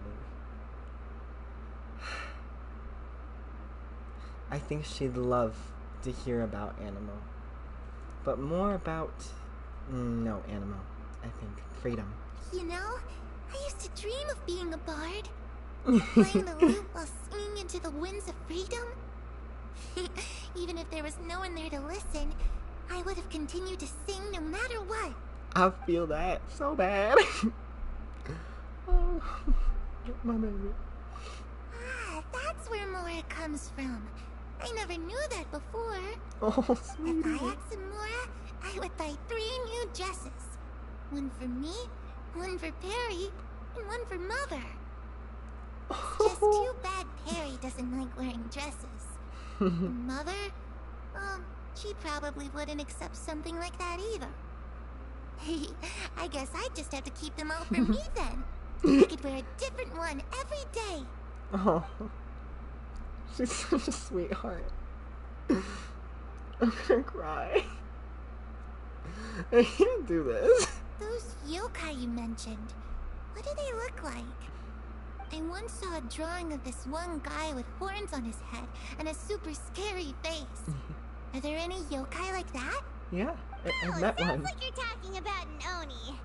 Yep, we've met one, and let Paimon tell you, they're not nearly as scary as they look. They're pretty funny. Sumeru. I was always too afraid to skip Mother's fighting lessons. But at the academia, I bet you could do all sorts of secret things in class. Things that have nothing to do with studying. You'd be surprised. I'm just kidding. Being able to study whatever you want without having to fear for your life actually sounds pretty great. You tell Clairvy all about the various nations you visited. Eventually, the conversation returns to The Fontaine. situation was super dangerous. Lenny and Lynette were accused of committing a crime, and they were going to have to stand trial at the Opera Epicles. Oh no, that must have been hard for all of you. What happened next? Don't worry, we were able to turn the situation around super quickly. Thanks to Detective Paimon, of course. Who else? How'd you do Of course. that? Come on, tell me. Okay, so it was like this. After the failed magic show, we rushed to the scene and... Clairvy's listening really intently to Paimon's story about her time in Fontaine. She seems really happy, like all her troubles have been forgotten. Maybe this is the first time she's ever been able to truly relax, but I'm not sure how long this moment can last. Shadows don't have the capacity to learn or grow. Any new information they encounter is quickly forgotten over time.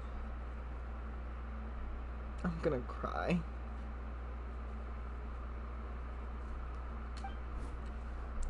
As time passes, she'll probably forget everything we've told her, and go back to being that scared little girl who could only hide in the shadows. Huh. I was so busy thinking, I almost didn't notice. The sun has risen.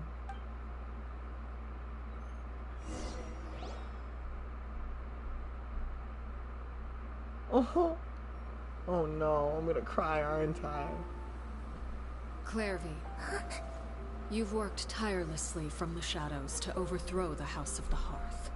Now, by my authority as the Knave, I shall announce how this matter ends. You are hereby expelled from the House of the Hearth. You are no longer tied to this place, nor are you bound by its rules.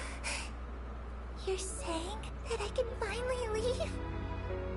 I get to experience the outside world as well? Oh, I almost forgot. There's no getting older for me. Still, seeing who you grew up to be makes me really happy, Parallel. Take care of yourself. Goodbye. May we meet again someday.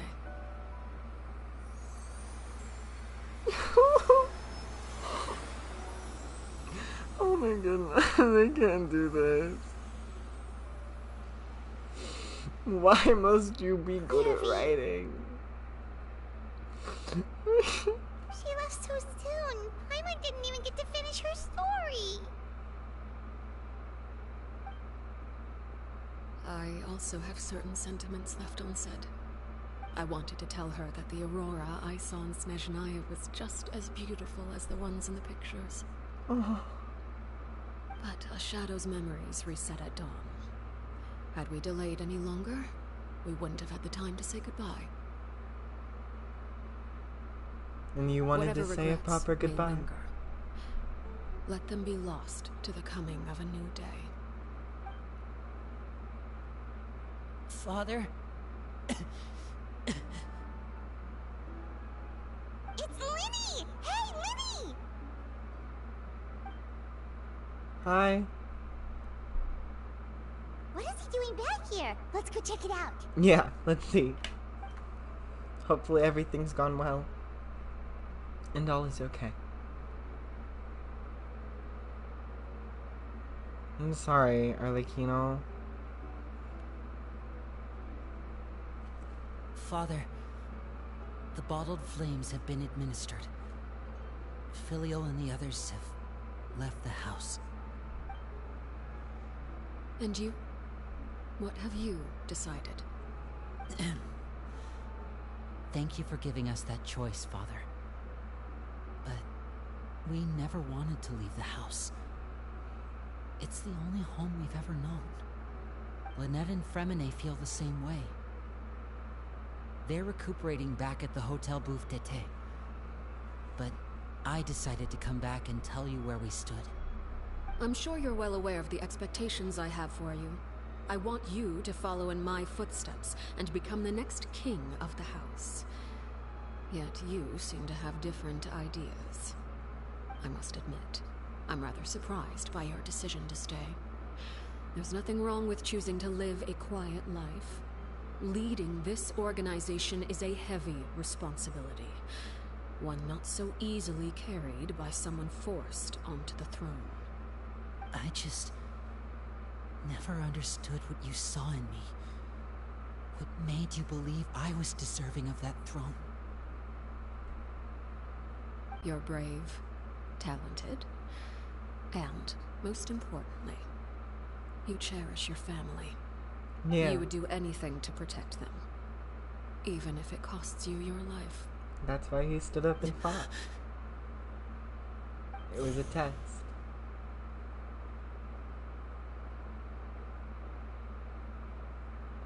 Speaking up back there was so brave of you, Linny. It's all thanks to you that we were able to convince Father to back down. You're a hero, Linny. Hero. Father is the real hero. Had Father gone all out during the duel, there's no way I would have walked away with my life. She must have had it all planned from the beginning, from the very moment she suggested a duel. I wouldn't I'm be not deserving of surprised. that title. I'm not strong enough or smart enough. You're wrong. Ooh, in my she opinion, said all it. you need to be deserving of the throne is conviction and the necessary strength to act on it. We may have different ideas of what it means to be a family, but you can hardly be said to lack conviction. What you truly lack is strength. For someone of your talent, though, that's something that will come with time. Even without that strength, you still chose to face me in a duel, even though the odds were stacked against you. That capacity to honor your convictions is what I truly see in you. Father. No one knows what the future holds, what tragedy or triumph may be in store. Being at the head of this organization requires the strength of will to face whatever comes. Caution will only hold you back. If reaching a certain standard were required to go after what you want, I would never have succeeded in killing my predecessor. Back then, there was still a considerable gap between our abilities. Strength may decide the ultimate victor, but those who let a lack of strength dictate their decisions or undermine their convictions will never be worthy of the throne. I understand, Father. Thank you. Children must grow up to surpass their parents. Only then can a family continue to flourish. The road ahead is not an easy one, so I'll ask you one last time. Are you certain you want to stay? You've done so much for me, Father, and that kindness must be repaid. Plus, with Project Stuja at hand, there are many dangers ahead, and I, for one, don't intend to back down. Protecting my family at all costs. That's my conviction. Then you're welcome to stay. As for Project Stuja, you need not be too concerned. If those cowardly businessmen and heartless dignitaries try to take us down, I'm prepared to teach them a lesson. Straight up. Members who Say longed it. for the light was our organization's last weakness. With those members no longer among our ranks, the House of the Hearth is like a spider hiding in the shadows. We need only wait for our prey to come to us. At present, Exactly. our imperative is to use their plan to our advantage. In doing so, a crimson moon shall rise amid the frigid blizzards of winter. No demonstration of loyalty shall go unrewarded, and no sacrifice shall be in vain. As for the two of you, whether we meet again as friend or foe, I'll remember the camaraderie we shared in this moment. Of course. No matter how arduous the journey ahead, I hope we both reach our desired destination.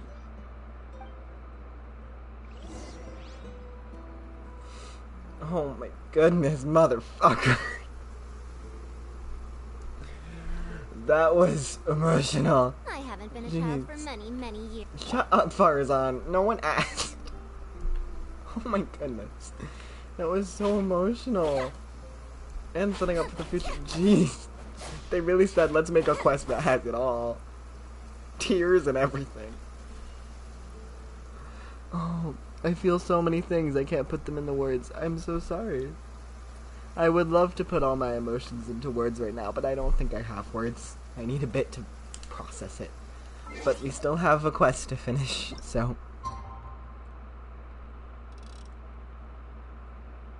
What did it say? I couldn't read it. Wait until 2 days later. Just in general? Okay.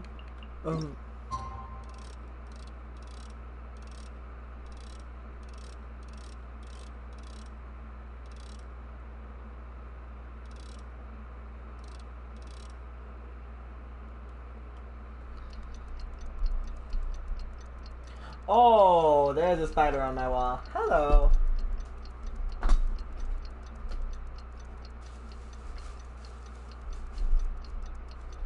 Motherfucker.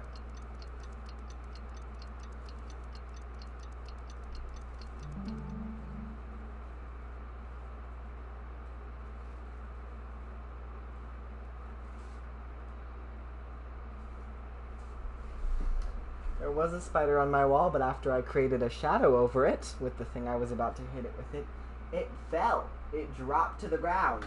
And I have no clue where it is now. And I'm probably gonna see it late at night with no one to help me. Freaking out. Because there is a spider in my room. And now it could be touching my body. Okay. This is the worst time. You couldn't have waited for like a second instead of falling after the shadow appeared and let me hit you. Just let me hit you, spider. If you die, it'll be over for the both of us. Sorry. That was emotionally charged. I have horrendous arachnophobia, and that spider was really big. Didn't Linny say that Lynette and Fremine were recovering at the Hotel Bouffe d'été? Oh, Paimon wonders how they're doing. I'm just gonna try and manage regardless of the spider. But if I see it again, I will start screaming. Okay. Okay. I need an iced tea in a moment. Okay. Let's finish this. I'll have emotions later. I feel something crawling on my ass. That's just me being paranoid. Hotel Bouffe d'été.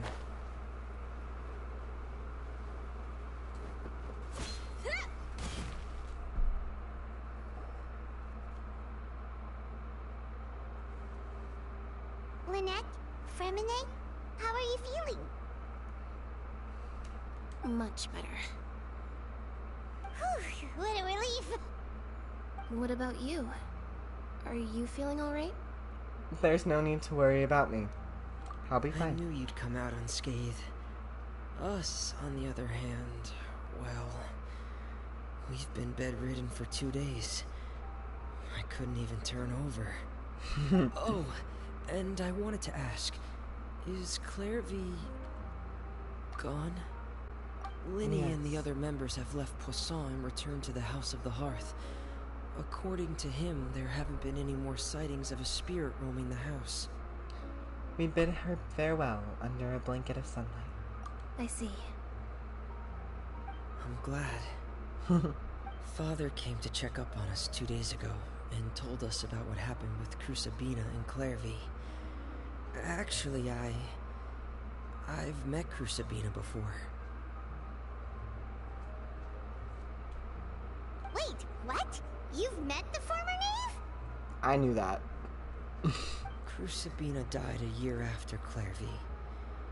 It was during the year between their deaths that I joined the House of the Hearth. Crusabina had an extremely cruel and radical way of doing things. While she was alive, the atmosphere in the house was suffocating. When I joined, though, the experiment she valued so much had already come to an end, and all the people involved, dead and injured alike, were gone. Crusabina never talked about the past with us newcomers. A couple of months after I joined, Father killed Crusabina and burned all her files. With that, the names of all the people subjected to her experiments, Clairvy included, were lost to the flames, along with the painful memories they represented. Father took in Lenny and me a couple months after that, but she never mentioned anything about Crusabina or Clairvy. It really seems like something she was planning to keep to herself. The last time you talked to her, did she mention why she kept it a secret for so long? She said she didn't want us to be affected by the darkness of the past. She was worried we'd develop a false sense of gratitude towards her if we knew about it. The foundation of a family should be free of any corrupting influence. Whatever happened in the past, it has nothing to do with who we are now. Flawless and impression. that's what Father told us in the end. But I still thanked her for everything. It was only after hearing about what Crusabina did that I finally realized how insignificant our lives could have been. The members of the house meant nothing to her. To say that she valued them in any way, even just as a tool, would probably be giving her too much credit. If Father hadn't taken over the House of the Hearth, I probably would have already... Don't think about that. I'm not gonna say that. You should be allowed to think of those things. But she saved you in the end. Father rarely brings up the fact that she saved us. She doesn't believe that being indebted to her should be what ties us together. But even if we didn't owe her anything, we would still choose to stay. Because this is our home. We may have arguments or times when we feel wronged. Some people may even choose to leave. But as long as Father is here, we will always have a home.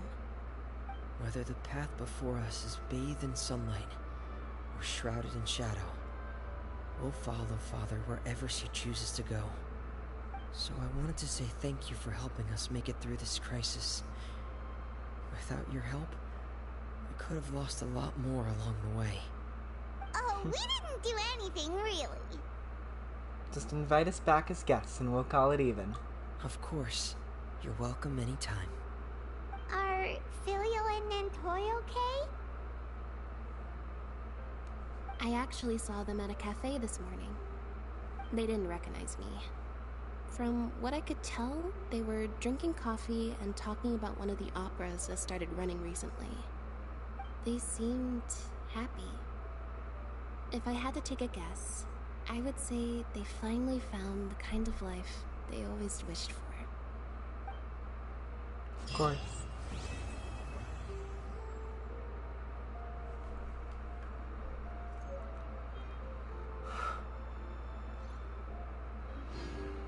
Okay.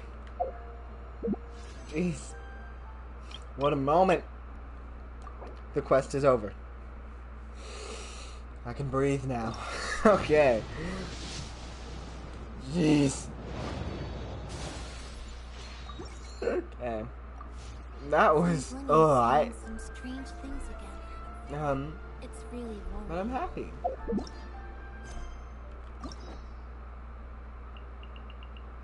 It's over.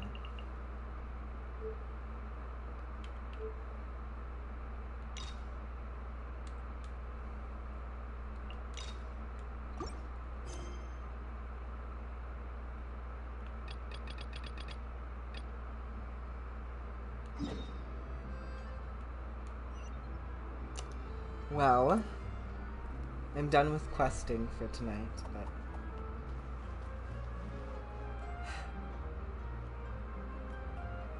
that was really beautiful. Hoyoverse really outdid themselves with that one. Oh my goodness, that quest was amazing. I couldn't have imagined anything better for that story. Perfectly done. I love Arlechinno and the House of the Hearth as an organization and the characters in it so much more. And I hope we never have to be foes with them. Ever. I will always side with the House of the Hearth. If I am given a chance to make a choice, I will make one. I know I will not regret. But we are okay. That is all for now. I know it was an intense quest, and it's hard not to say anything. And I really want to say something. I do. But right now, I don't know how to put my feelings on this quest into words. So I'm gonna take a few days, and I'm gonna stream later, and I'm gonna start the stream with my thoughts on the quest. But right now all you have to know is I loved it. And the details beyond that, and all the feelings I felt, will be elaborated on in the next stream, because I want to take the time to make sure I get it right. I don't want to say anything I'll regret. So, I'm going to take the time to make sure I can put my feelings of this into the proper words, and once I can do that, I'm going to stream, and I'm going to talk about it, and then I'm going to continue on to the next quest. I appreciate you watching. I appreciate you being along with me for this wild ride. I appreciate all the conflicted, messy feelings we felt along the way and are still feeling now. I hope to see you next time.